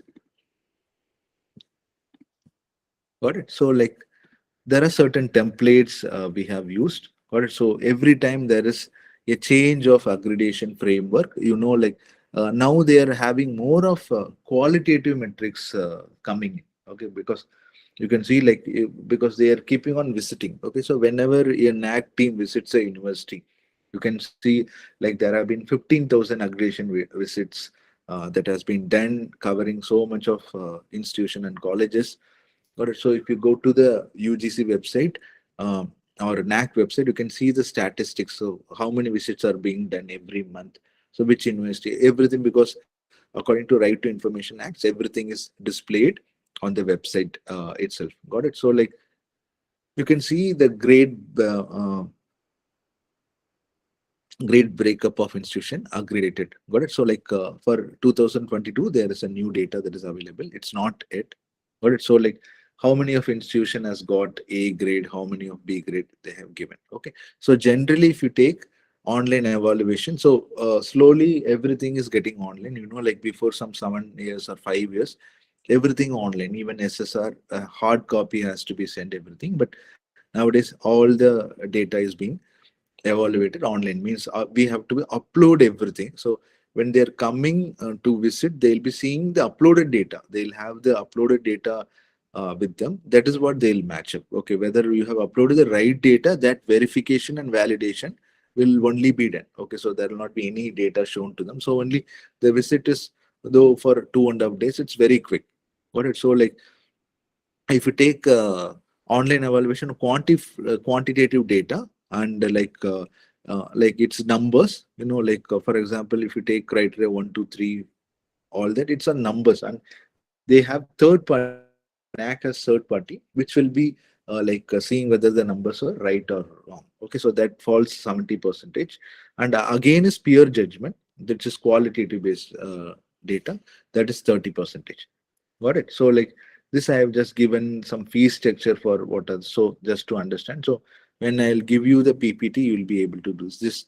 How much is the accreditation fee that is being paid by each and every colleges? Got it? So now let's come to our metrics. Before that, we have to know about the process of assessment and accreditation. Okay, got it. So there is something called IIQA, Institutional Information for Quality Assessment. These are the terms you should be knowing. Then there is something called self-study report. Okay, that again you have to know. Then there is something called data verification, DVV. Okay, so data validation and verification. Then I already talked about triple S, like SSS, student satisfaction survey. Then there is a peer team visit, the institutional grading. All these are there. Got it? So like whenever, for example, you have a college, so it's like you have been running the college and one batch is out, like, and you want to one batch, two batch, three batches out, and you want to go for an accreditation because you want to display what kind of facilities you have and you want to put it out. Got it? So you need an agency which is a part of higher education of India, like under MHRD, UGC. Like they want to come and assess you. Okay, how good you are. Like so that NAAC will be used for improving the student strength. Means you can admit more strength, or you are getting any accreditation with which you can get a lot of other benefits. Nowadays, NAAC is also saying like everybody should go for NAAC. They are trying to merge NBA and NAAC also. Got it? So like every institution have to go for NAAC. Otherwise, what will happen is like if they get less grade in NAAC, they may not be able to take bigger funded projects like BIRAC funding or any other funding, because they'll have an eligibility. Like if you want to apply for this funding, then you should have 3.7 marks plus or plus or more, and you should have A plus or A accreditation. Got it? Like that. Okay, got it. So when you have to register your university as inside this portal. Okay, got it. So then only you can go for after registration you can go for IAQA. So you can do it in 30 to 45 days. And after once it is said okay, like then you can go for self-study report. Got it? So after you put for self-study report, that is called DVB, data validation and verification. I will also show you some screenshot which will be displaying that what is DVV, how it is done, how it will be looking like, all that stuff. Got it? So like, so if you want to update, then there is also student satisfaction survey that will be sent to the student. They'll be filling it. Got it? So like you will also be giving the details of students and all that to whom they have to mail or anything. So then update of SSR. So and then at last, once the pre-qualification is done, okay. So if the pre-qualification is not done, again you have to go for submission of IAQA, and you have to come back to the process. And if it is okay, your SSR is updated, they are satisfied your pre-qualification. Pre-qualification is like you have done, okay. So they are ready to visit, okay. Then the peer team will come for the visit QLM, and there we have to show like the quantitative and qualitative metrics. Here we have defined like QNM and QIM, ILM. Got it? So the quantitative and qualitative method. And after that, they'll be calculating this. So you'll be giving for QNM, there are multiple attributes. So you'll be giving value for it. So the calculation of that will be giving you the CGPA and all that. Okay. So this is a template, like you can see whether they are going for first time for the accreditation. Okay. So this is This is just simply one test college like we have taken. Okay, good. So they are going for accreditation. Yeah, they are going for first time. Yeah, cycle one. So they can go for re-accreditation, which is cycle two. So they have to write the name of the higher institution, where, which city, which state, when it is established. All right. Um, so how many batches has been gone out? That's very important. Otherwise, you are not eligible to apply. So how many batches have gone out? All that. So you can see, like you can say, like manage IAQA, prepare IAQA, make the payment. I've showed you the payment structure. Then manage SSR, manage DVB, manage assessment, manage appeal, manage AQAR, reports, everything. Okay, even results will be published here. So even if the vice chancellor or principal of the university changes, this portal will be common, and anybody can see the complete profile of the university. Okay, what has been done, like that. So here you can see there is a measurement that shows like how many percentage of the data has been filled. Okay, got it. The same thing I've written again. Got it. So there is something called AISHE number. Okay, got it. So I will just show this AISHE number. Okay, so this will only, this is the important thing to register a college. It's not that anybody who works.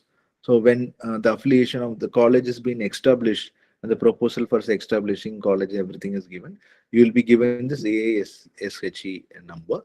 Got it. So like that number is what we will be using.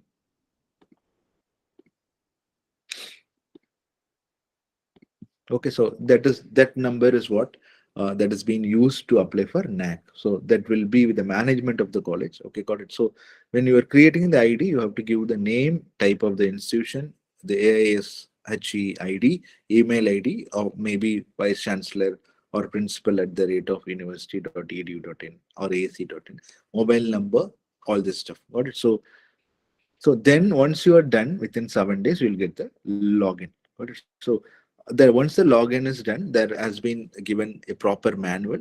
Okay, so institution have to go for IAQ application through that. Okay, so now automatically it say, okay, if you're new registered, it will show a cycle one, and if you're already done, then you need not to register, but it will be showing. It has been 5 years you have been accredited. So now the accreditation will go for expiration. It means like you have to go for re-accreditation, because some part of the time the college will be doing well, but they would not have repeated doing it. So it get expired. The accreditation stands for certain particular number of years. Okay, they will say you are accredited with A for this many years. You are accredited with B for this many years, like that. Okay, so that will also be displayed. Or so like this is something that you can do. Like there is also restriction. The documents you are uploading will should be of less than 1 MB. Like that, many restrictions are there. Okay, so accordingly you have to make it more abridged and send it. Got it? So like,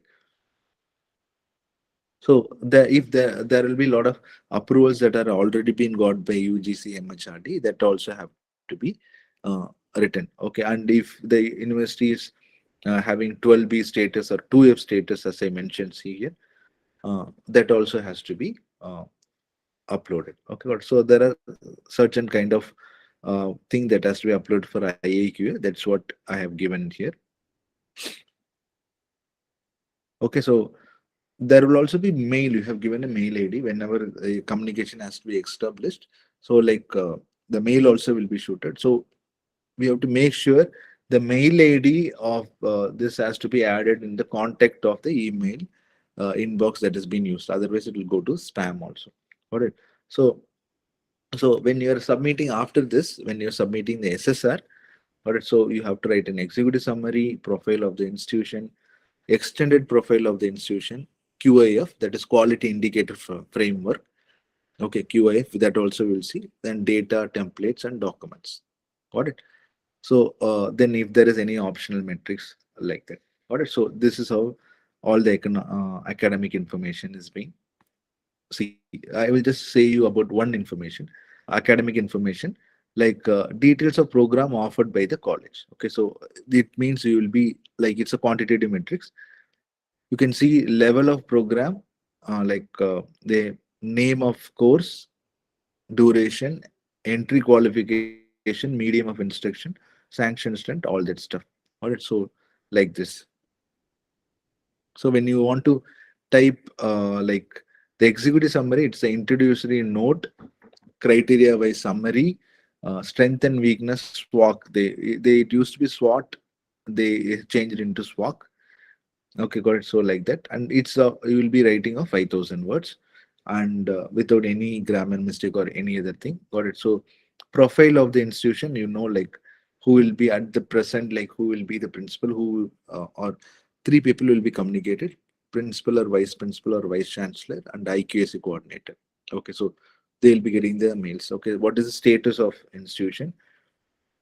Okay, got it. So like type of institution, like it's a co-ed or regular day, evening, or men or women kind of thing.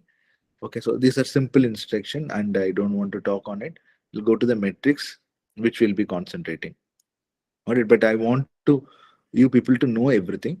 Okay, got it. So when it's coming to QIF, I told the results of this will be done by means of QIF, which is Quality Indicator Framework.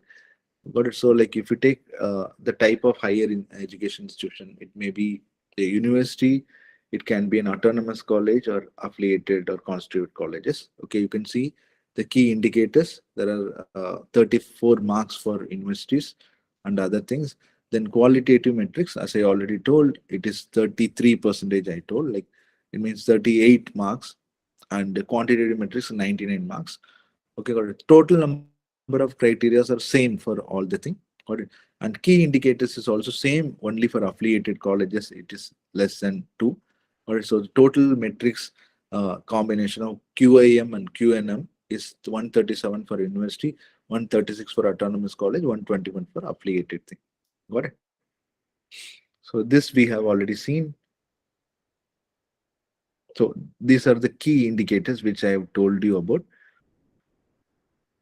So I here, if you see,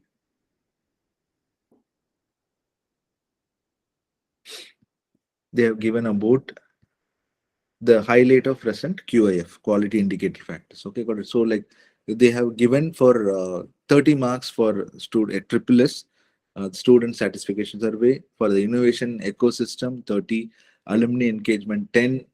So they have divided the marks like this. Okay, that also will be considered to be part of this. Okay, so let us give some take one thing, and let's give an example of QA and QS. Okay, so we have taken criteria 1 now. Got it. So like now you can see the example of qualitative and quantitative metric. Okay, so if you take criteria 1, so in that there are 1.1, 1.2, 1.3, like that. Okay, so here you can take 1.3, which is curriculum enrichment. Okay, so that is for 30 marks. Got it. So like you can see, like in that what are there, like they have this in 1.3 is curriculum enrichment. In that you have 1.3.1. Okay, so they have, this is a question. So QLM question. So it has been qualitatively answered. Got it. So like they have given it. Institution integrates cross-cutting issues relevant to gender, environment and sustainability, human values and professional ethics into curriculum. Okay, so here what you have to do, how your institution is integrating like the certain contents of gender, like gender issues, or what you can say, like gender equality related syllabuses, or like environmental. We always used to have a subject called EV or EVS. Okay, so then sustainability, the most used word of 2022. Okay, and human values, human ethics, professional ethics into the curriculum. So you have to write about it. Okay, so it's a qualitative metric. So it means like how we have defined. So like if somebody might be studying production or mechanical engineering, how sustainability can be part of the subjects. Somebody might be studying about like how they can be studying about healthcare, but they also have to take care of professional ethics in the healthcare. So how this is being integrated, we have to write. Okay. So on the other hand, let us go for like so here we'll be benchmarking certain values. All right. So like if you go for 1.3.2, which is asking number of value added courses imparting transferable life skills offered during the last 5 years. Here you can see they've asked the number because it's a quantitative number of value added courses. Okay, got it. So like most of the universities do value added courses in a fast track, maybe in 1 week. Like they will start, uh, they'll have 6 hours per day, and they will go for a midterm exam and final exam, and they'll be completing it. So that also can be done. So because it is related to time. Okay, so value added courses. Okay, so they are asking number. Okay, so and like if there is a possibility this courses can be given by the CDC, or what you can call as career development center or placement office, or it can be given by a particular school. There in some university have a school called School of Lifelong Learning, or School of Skill Development, skill school kind of thing, or it can be part of any department. So any department will have few faculties who will be teaching this lifelong skills through value added courses. So there is a percentage of credits that also given to it. So some courses can be of 0 credits, means it can be only pass and fail. Okay, got it. So they have to just do the course. There will not be any credits given to it, but they have to. It will be like PNF kind of thing. This kind of things is not subject. It is particular to that institution. Like we need not to worry about it. Like because like that can be taken care of the institute itself.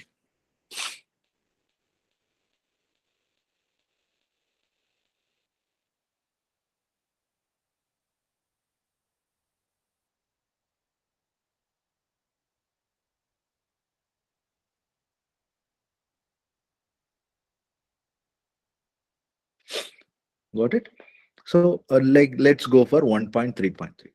Got it? So, percentage of students enrolled in the courses under 1.3.2 and above. Okay, got it. So, like, now you have been giving this courses. Okay, you are giving the value added courses. That's not a problem. So, how many students have enrolled in it? Okay, so I can show I have 100 courses that starts from gardening till making a robot or making an ice cream. It's all a skill based thing.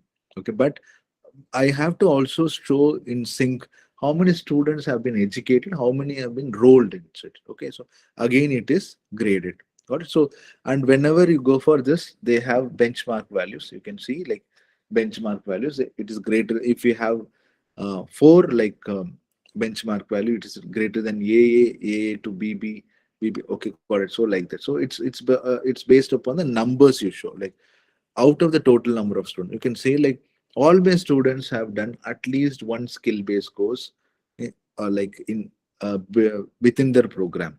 Got it? So now if you say like when you say like number of value added courses, it is for the last 5 years. Okay, got it? So you have to show for the visit is for 5 years. So right when you are applying for till the visit, there may be some delay, but right when you're uploading till the date before 5 years, you should have the data. Got it? So again, when I say the percentage of student, now you have to go for it. Like you can show like what is the number of students who have been doing this. Okay, so in the courses 1.3.2 above. Okay, then another, if you see like another quantitative metrics, percentage of student undertaking field projects or internship. Okay, got it. Like this. Okay, so this is how we will be differentiating qualitative and quantitative metrics. So everything is a number, and each of the numbers.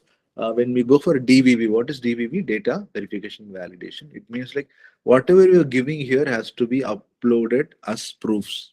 Okay, that is very, very important. That has to be uploaded as proofs. All right, so like you have for everything you have been given an online format, means it's in a CSV file or Excel file. Okay, both are same, XLS or CSV. Got it? Like so, if you go for quantitative metrics, the online formats for submitting data with respect to are given in on this page. Okay, you can see that. Okay, so document like we have conducted BOS, some minutes of meeting, so some quality assessment meeting, some decisions you have done. You would have done some awards letters, letter of appointments. So that also like has to be uploaded.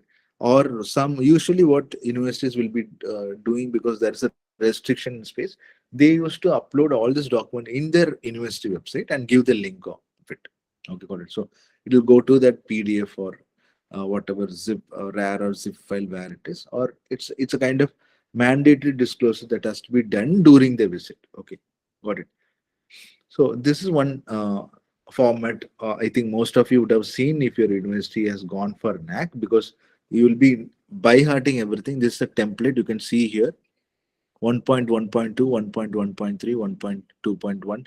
It goes like that. So almost when you go for one cycle of accreditation, you'll know it by heart. Like what are the of curricular aspects inside the curricular planning and implementation inside the number of certificate diploma program introduced during the last 5 years.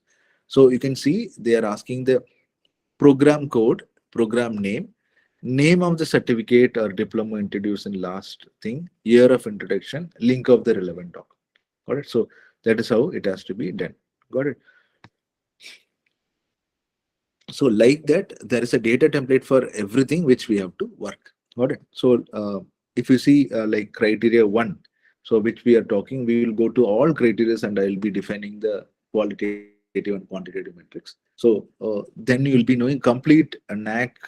What is that? It will be asked. So usually like in the universities wherever I work, there will be a training session done to the faculty who are joining new, and they will be explained about the NAAC, NBA, QS ranking, about all the process. Because once you know like what is the expectation of accreditation, accordingly you will change the process how you are working. So that's very, very important. Got it? So we'll be changing the process by which you are working, so that every work you will be doing will not only be self-satisfactory, but it is also towards accreditation. All right. So like it will be completely towards accreditation. So that will be much better. So if you know the expectation, and if you know what data will be verified and validated and what will be examined, you will be able to uh, like collect the data as and when it is needed.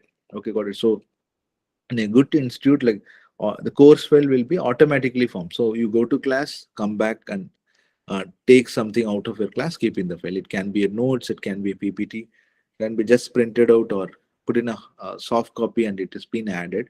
Okay. So the questions you are taking can be added. Slow learners, fast learners can be defined. So everything has to be done systematically. Once it is done, only we can target something like as big as A plus plus or something with a very good score. If a university wants to do an online like education, all that, they need really high score. Okay, because everything has a score. They want I think it needs to be more than some 3.7 CGPA out of 4, something more. I'm not exactly saying that. Got it?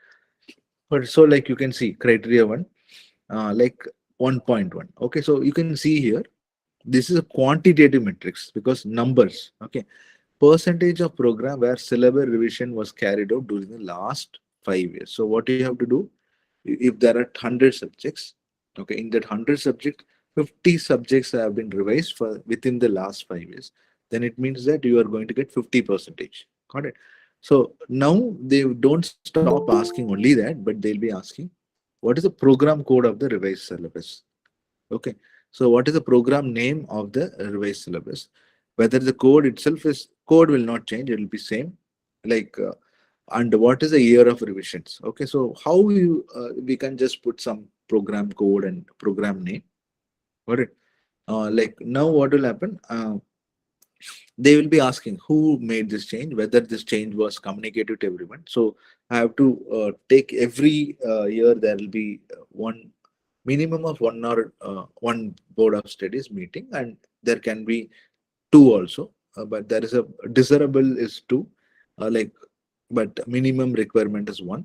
Got it? So like academic council meeting has to be carried out after a BOS meeting. So there will be minutes academic council meeting where all the changes that has been done in the BOS will be taken into account, and they will be saying whether it is okay or not. Got it? So it will be keeping on going. Okay, so like they want in a particular format. Okay, so this all like how many. Okay, so it's a quantitative data with this like with the necessary document proof. Okay, got it. So let's come to 1.1.3. Okay, so average percentage of courses having focus on employability, entrepreneurship, skill development. Again, so here what and all they are asking, it's a quantitative. Name of the course, course code, name of the program, um, activities with direct bearing. So, like what kind of activities on employability, entrepreneurship, skill development when it is being introduced? They'll see like it's not that during the course of just you have introduced that just before the NAC visit is being happening. Okay, so they want continuous improvement. Okay, so they want continuous evaluation of everything being done. Then only it will be okay. Got it. So like, what are the documents that has to be done? Like what is a program? So program is like the BTech computer science and engineering or BTech mechanical or BTech aeronautical.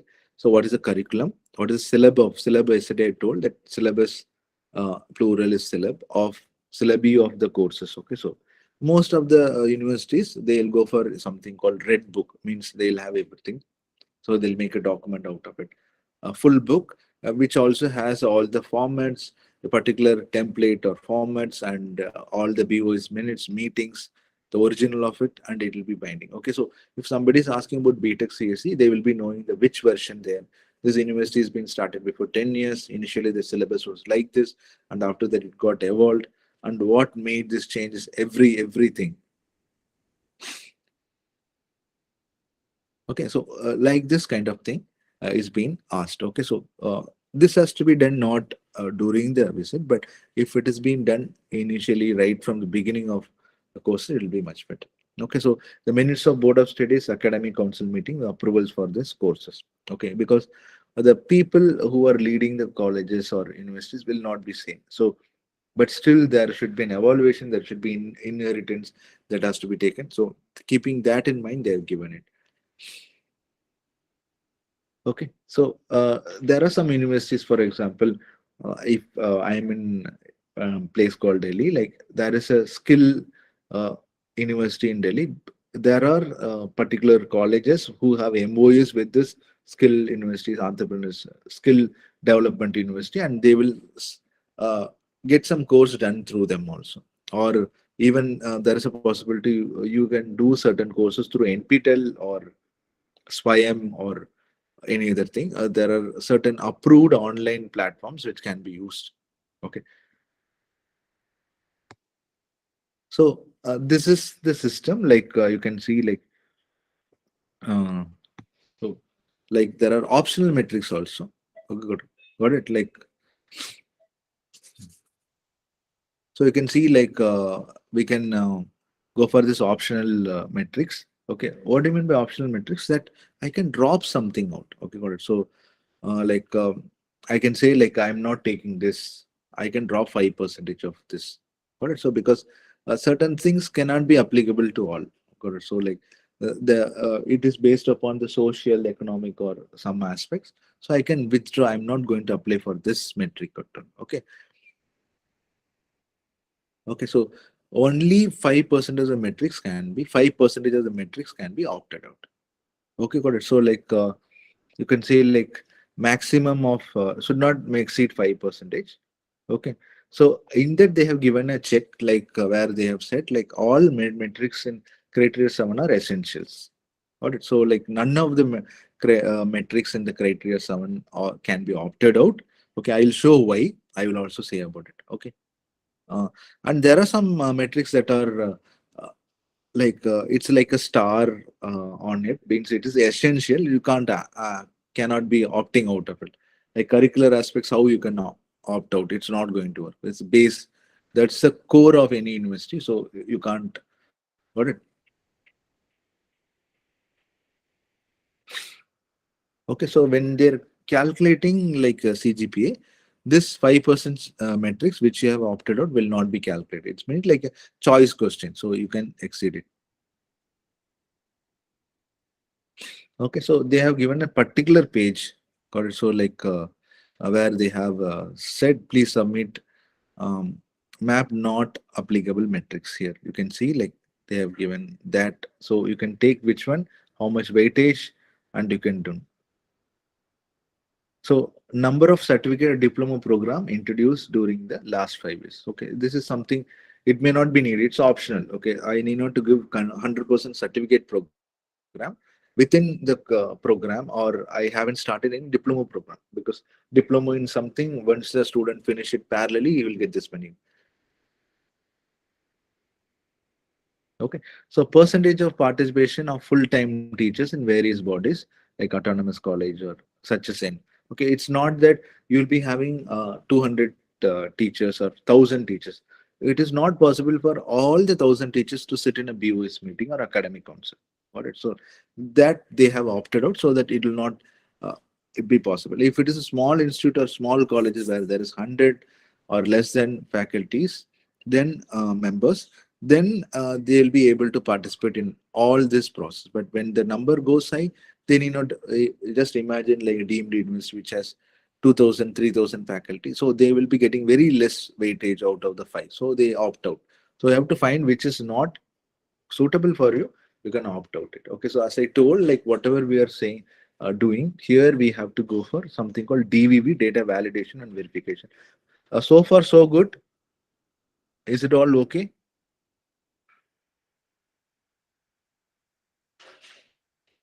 Can I get a yes or no? Yes, sir. Okay. Yes, sir. No problem.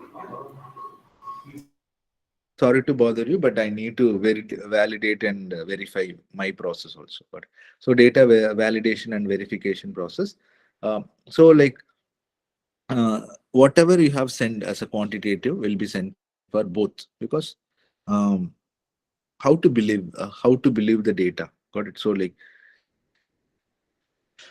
so if you take university, 99 out of 137 or talking about quantitative metrics. Got it? So 136 out of 98 or QNM, I have told different. I will not talk about it because this is just data which we are not worried about.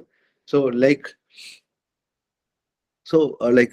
usual, if forgetfully or intentionally, if they're providing incorrect or some fake data, it's going to be not fixed. Okay, got it. Also give certain thing.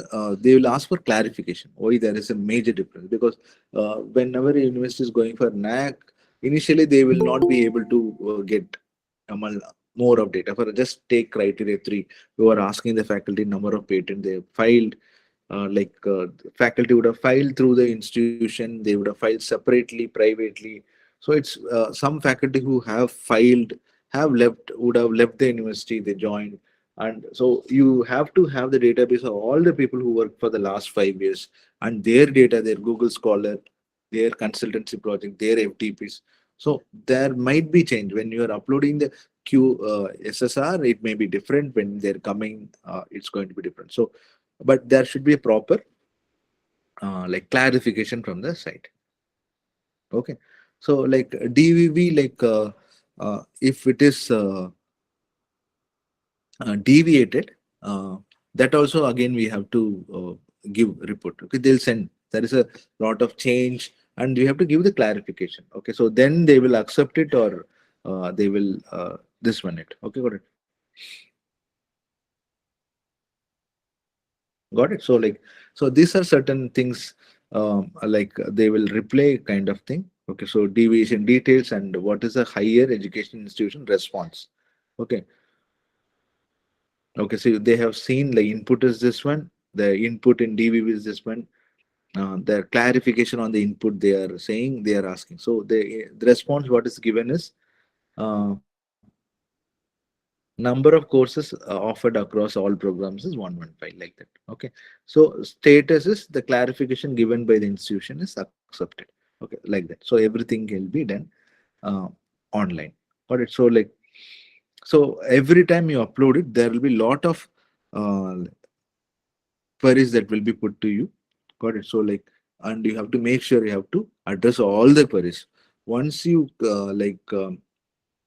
we can say this as a discrepancies. That word can be used. Discrepancies means over the data verification validation. Once it is being done, then it will be okay with entry. Got it? So like they will say data mismatch. They will say provide browser. They will say like uploaded data doesn't match with the thing, even one or two. There is a approximation also, but still you have to make sure like you have to provide the course contents, syllabus. So immediately you can see like they have sent a link in it and it is accepted. Okay, so kind of. Okay, so like you can see like number of certificate diploma program introduced during the last 5 years. You can see old metrics values for new metrics change in percentage like this. Got it? So this is also possible. We can do this kind of deviation analysis also. Okay, so like types of quantitative metrics. So like it can be numbers as I already told. Now, like year wise, if I talk about quantity in terms of year, so number of certificate diploma introduced during the last 5 years. So I have to put particular years. Okay, year 1, 2, 3, 4, 5. Okay, it means like n minus 1, n minus 1, 2, 3, like 4. Okay, n minus 4 till I have to like n is the current year when we are applying. Okay, so average percentage of student from other states and countries. Okay, so during the admission, how many people have joined? Okay, so whether they are studying the university or they have left, it's not a point of concern, but they have joined, they have enrolled. Once you have given their number, it's done. Okay, so optional. Okay, so there are other optional like quantitative metrics like uh, feedback, like from student, teachers, employees, alumni, parents. Got it? Options. You can see like out of the options, any four of the above or three of the above, like that, you can take any of that thing. Got it? So like this. So there are some challenging metrics which we have defined. Okay, so like these are some 4.1.4. Like it's more of infra and all admin related. It's not related to mostly the faculty members like us. What so this has to be done like very particularly like, and I told like 7 criteria we can't opt out any of it. Got it? Like that. Okay, so average percentage of budget allocation excluding salary for infrastructure. So they may be asking tax return and auditing other things that is very crucial. And what is the budget that has been spent on books and journals? That has to be keep increasing. The graph should be high, or if they have purchased very much, then it can be in a normal. Okay, so physical the budget that's on physical facilities, all that stuff. These are certain crucial points which nobody like take care. Because of that their grade goes low. Like, so we have given a list of it. Okay, so we already saw about metrics called student satisfaction survey. um, so again this also has to be done through SSR, like, so because it's part of teaching learning process, it's part of like criteria 2. Got it? We already have seen the English version of English version of the questions. I have already shown you. Okay, so this is the dashboard of SSS. Okay, so when like how many students have been selected, when you have started, and when you have completed. Okay, so almost we have come to the end of the visit, but after that I'll go for the metrics. So again, the team is visiting, and these are the ranges of credits that they will be giving you. Got it? So like, so if an institution is getting 3.51 to 4, then they'll be getting A++. Okay, so everything is A, but like when they get more marks, they'll go for A++. So if they're getting, instead of 3.51, if they get 3.50 CGPA, they'll get only A+. Okay, but they are very near to A++.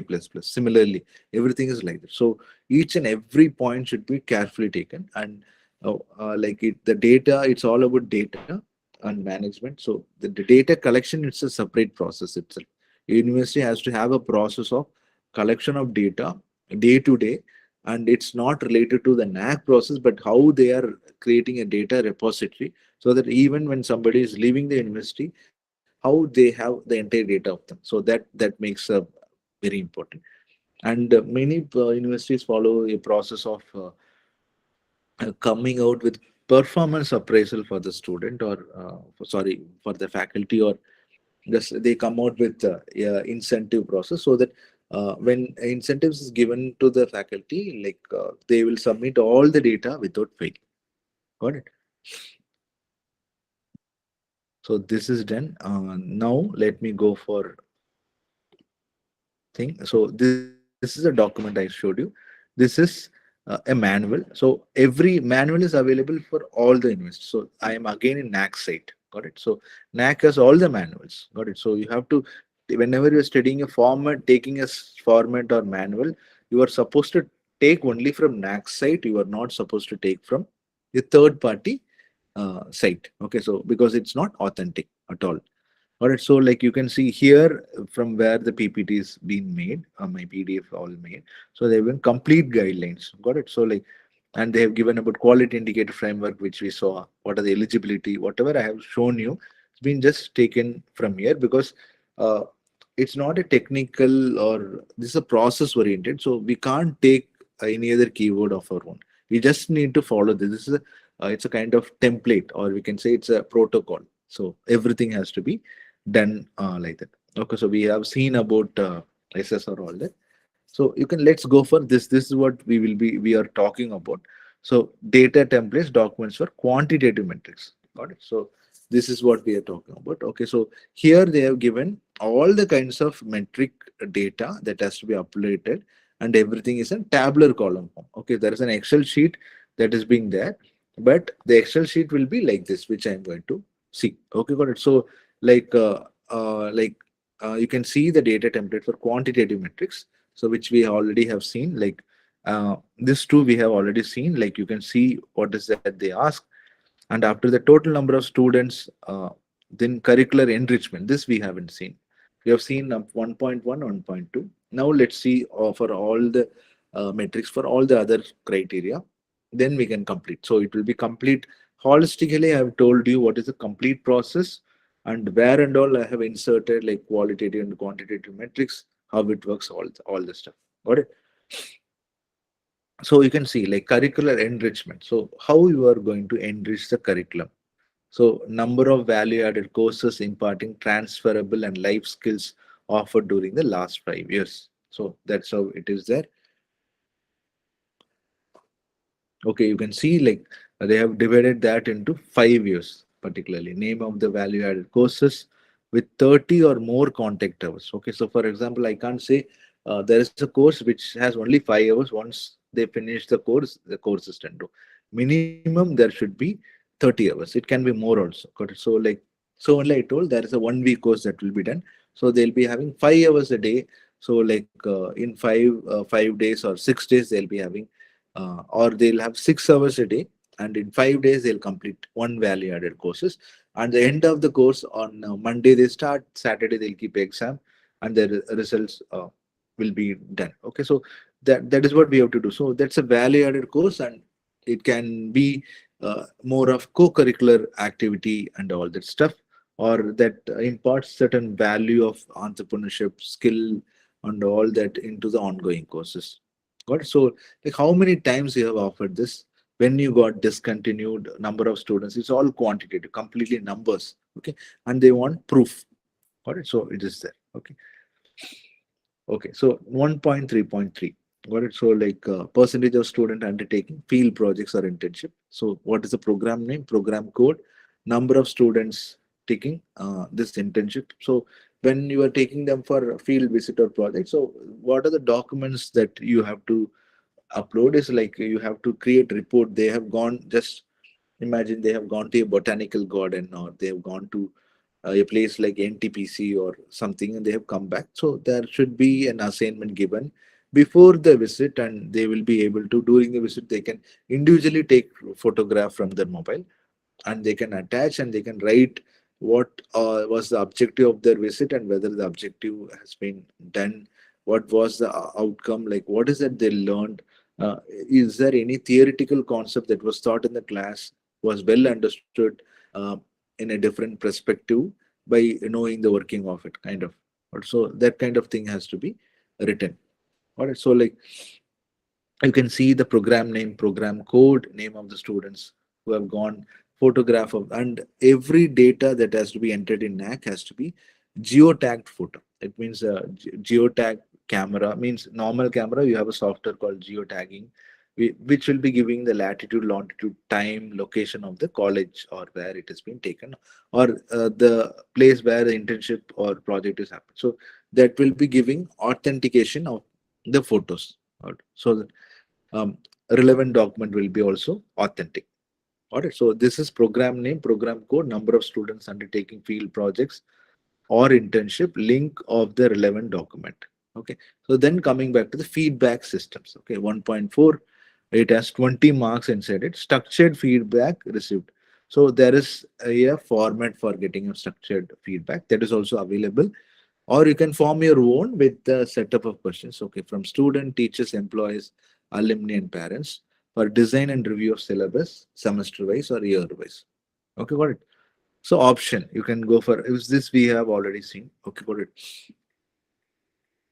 So how you are changing this? Okay, so you can give a URL of your feedback collection and report, analysis report, or documents like stakeholders feedback report, action taken report, all this stuff. What, so this board of management report. So these are the documents. So once the teacher knows like what kind of document should be submitted, they will be initially like doing parallelly doing a document. Otherwise, doing a process and again doing a document in separation is going to be a big challenge.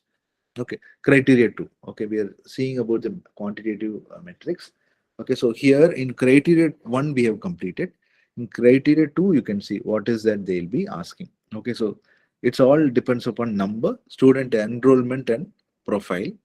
Okay, average percentage of student from other states and countries, and you can see list of students. You can divide, if you have students from 5 countries you have to divide them, and accordingly with the roll number, like which year they are studying, what is the name, and which country they are belonging to. Got it? So like that. So they have given template for that also. So enrollment, this one. So this is also very, the NAC will be overall looking into the number of seats sanctioned and admitted, number of placement, and this both will be very much taken care. Once this both are quite okay, so if the number of student admitted is high and they're getting very good placement, that's all. It's more, it in between all other quantitative metrics, qualitative metrics are in between. But if this both are good, almost things are done. Like it means like, okay, they already have or have some above average quality. Got it. So then again, average percent of seat filled according to the categories, and student diversity. Or so like how, like for example, um, differently enabled students, how much have been enrolled, and because like when I enrolled disabled or distinctly or differently abled students, the infrastructure support also should be there. There should be infrastructure that leads to the general activity of them. Got it? So like then teaching learning process. Here, if you see quantitative, it is like 2.3, like 0.2 percentage of teachers using ICT. For how many teachers are using EMS, ELS, LMS, like Moodle, Drupal, or any of your ERP, like learning materials, all that. This also, like you have to give this list of teachers and where they, for example, some teachers would have had an YouTube channel, they'll be using it, kind of thing. Okay, then teacher profile and quality. So here also it's quantitative. It's a key indicator. Average percentage of full-time teachers against sanctioned post. Okay, got it. Average teaching experience. So if you have more teachers with more experience and who have high retention rate of the college or university, it's going to really add value. When the NAC team is coming, first they will be, when they are interacting with the faculty, the main questions they'll be asking is like how many faculties are here who have been in this place right from beginning of the incubation of the university? How many are there for last 5 years, 4 years, 3 years, 1 year, less than 1 year? So that makes the quality of the institution. Okay, so they have put under teacher profile and quality. Got it. So coming to this one, how many people have completed um, PhD? Since we are dealing with affiliated constituent college manual, it will be like whether the recognition of research guide is being done, when they are recognized. Okay, so if there is any state, national, international fellowship recognition of awards got by the teacher, you have to write. These are a very important thing. So, the head of the university or have to make sure like this has been pushed from their side, so that people, student, like faculty will be getting these awards. Got it. Then going for two again, student performance and learning outcomes. Again, it's numbers. Student satisfaction survey. Okay, so like when you go for criteria three, it's one of my favorite criteria, research innovation extension. Okay, got it. So like we can see like what kind of grants has been got from government or non-government organization. So the sanction letter has to be completed in innovation ecosystem. So how many workshops or seminars are conducted for patent filing, IPR, industry activities, all that they have to have geotech photo, seminar, name of the workshop, even attendance sheet. Got it, like everything, research and publications and awards, and what kind of plagiarism software you have, everything has to be done. Number of research papers per teacher, that's very important. For this and all, you have to take the front page of each of the papers, and like with the ISSBN number and with the name of the institute in it, and the name of the faculty and which year, that year they should have. So everything has to be kept in that way. Then only during the inspection it will be very easy. Same that of books or chapters, it can be part of a conference proceedings or it can be part of a book. Extension activity, whether any activities has been recognized by government, award letter, NSS, NCC, it's outreach activity. That is okay. So there are certain components of this that is also part of NARF. So both of this. Okay, so collaborations, what kind of faculty exchange, student exchange, internship, field trip, on the job. So when we have this five thing, like usually when we plan for going for NAC, we have to say, okay, there should be at least two faculty exchange program that has to be done in each of the schools or department. Student exchange has to happen. We will go for an internship, field trip, or on the job training and research. Got it? So this kind of thing has to be done. Okay, so once we have done, then only it will be better for us. Okay, got it. Criteria 4, we have come to criteria 4, but still we have 3 more criteria to go. What are the physical facilities that are available? Percentage of classroom, here you can say again quantitative. You have to mention the room number, everything.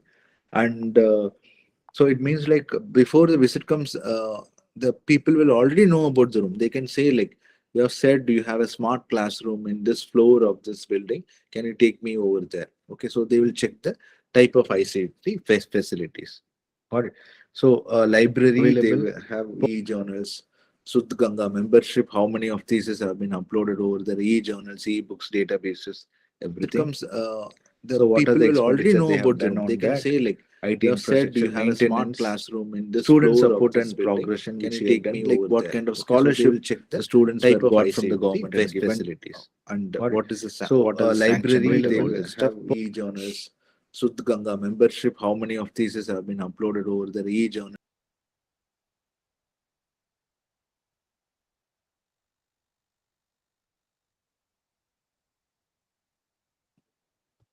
Okay. So we can see like then average percentage of student benefited from competitive exam guidance and career counseling, all that stuff. Name of the scheme and where they have participated, all that. It's all like numbers. Number. So once they are giving number, you have to be very specific about the numbers. Okay. So vocational training 5.1.5, These are all certain like things that are gray areas, I can call, that not many colleges does. So that has to be concentrated. Got it? So like not many students encourage the student to take higher education. Like they encourage more of placement. So they have given average percentage of student qualified in state, national, international level examinations like NET, SLET, GATE, GMAT, CAT, GRE to fill civil service and state government examination. So that data has to be. So it means like if you have the proper alumni data, from there only we can get this data. So alumni relationship should be strong. Then only this data can be intact. So there are students like who will be joining placement, but they will go for civil service later. Or so like that. So it comes from the alumni data because in the last 5 years, after they go out of the college, they even join in 2 years old. Still the data is valid. Okay, so like alumni engagement for that, what is the contribution of money done for it? So like name of the alumni association chapter means they'll have alumni association all over the world. Okay, governance leadership. So here also implementers are being there of operation. Okay, number of vendors is number again. Got it. So teachers who are doing P like professional development programs, key indicators, AQAR, all this stuff. So this is the criteria where we can't opt out, not even a single like attribute, like that is 7 institutional values and best practices, all that. So it is more of physical admin related thing, as I told, and human ethics is also proper. So once like this is all the qualitative and quantitative metrics. We have taken an example of an affiliated institute, and we have seen through all the metrics and key indicators, and there is not much of a difference between this and university and or normal colleges. So with this we come to the conclusion of our lecture. So if you have any doubts you can ask, or I am just projecting my number and email ID. You can be in touch with me. Thank you very much.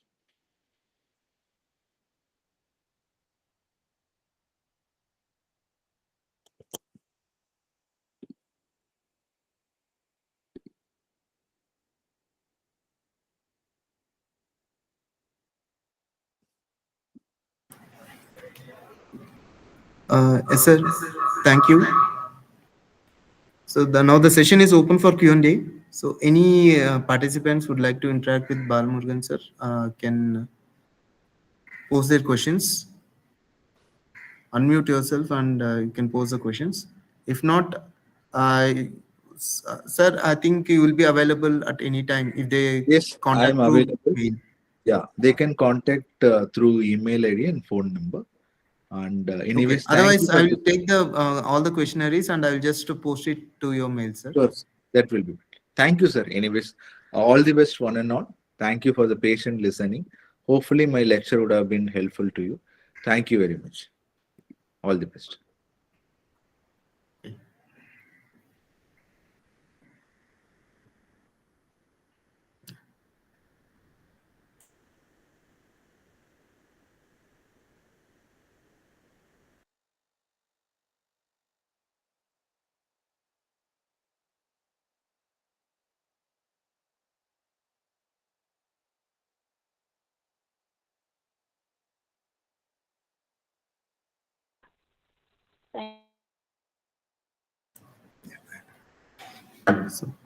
So, thank you for the active participation of all the faculty members all around India. Okay, so we had almost 170 participants in the day 1, and in the day 2 we had almost 100 participants actively who have been in Google Meet as well as in YouTube link. So thank you for all those members. And so we have come to the end of the FDP. So at the as a closing note, I just want to thank all the speakers who have been given who have find their time and share their valuable information with our participants and us. So I think it will be very good information. Those who are going for the NAAC accreditation further, And as mentioned, some of the speakers that the NAAC accreditation process has become very much easier now. So when compared to the previous years, so the only difficulty what we have is the uploading of the AQRA data on yearly basis. And for this 21-22, the AQRA submission has to be done by February 28 as per the latest notification which the NAAC has been released. So all the inputs will be helpful for you in compiling the data and preparing the SAR report. And at any time, if you find any difficulty, you can reach out all the speakers, all the wonderful speakers who have taken the session to get the doubts get clarified. And at the end, I would like to thank the management of New Horizon College of Engineering and the key executives of our institution for giving this opportunity to conduct this 2-day national level workshop on comprehend quality aspects in NAAC accreditation process. And at the end, last but not the least, I would like to thank NAAC Bangalore office for sponsoring this workshop for effective conduction of this workshop. So thank you one and all. And the feedback link is already shared in the Google Meet chat box and YouTube streaming also. So you can go through the YouTube streaming, those who have missed out the sessions, and you can fill up the feedback links that are available. The feedback links will be closed by 7 p.m. today. And the participants who have registered, their certificates will reach you on Wednesday. Thank you very much.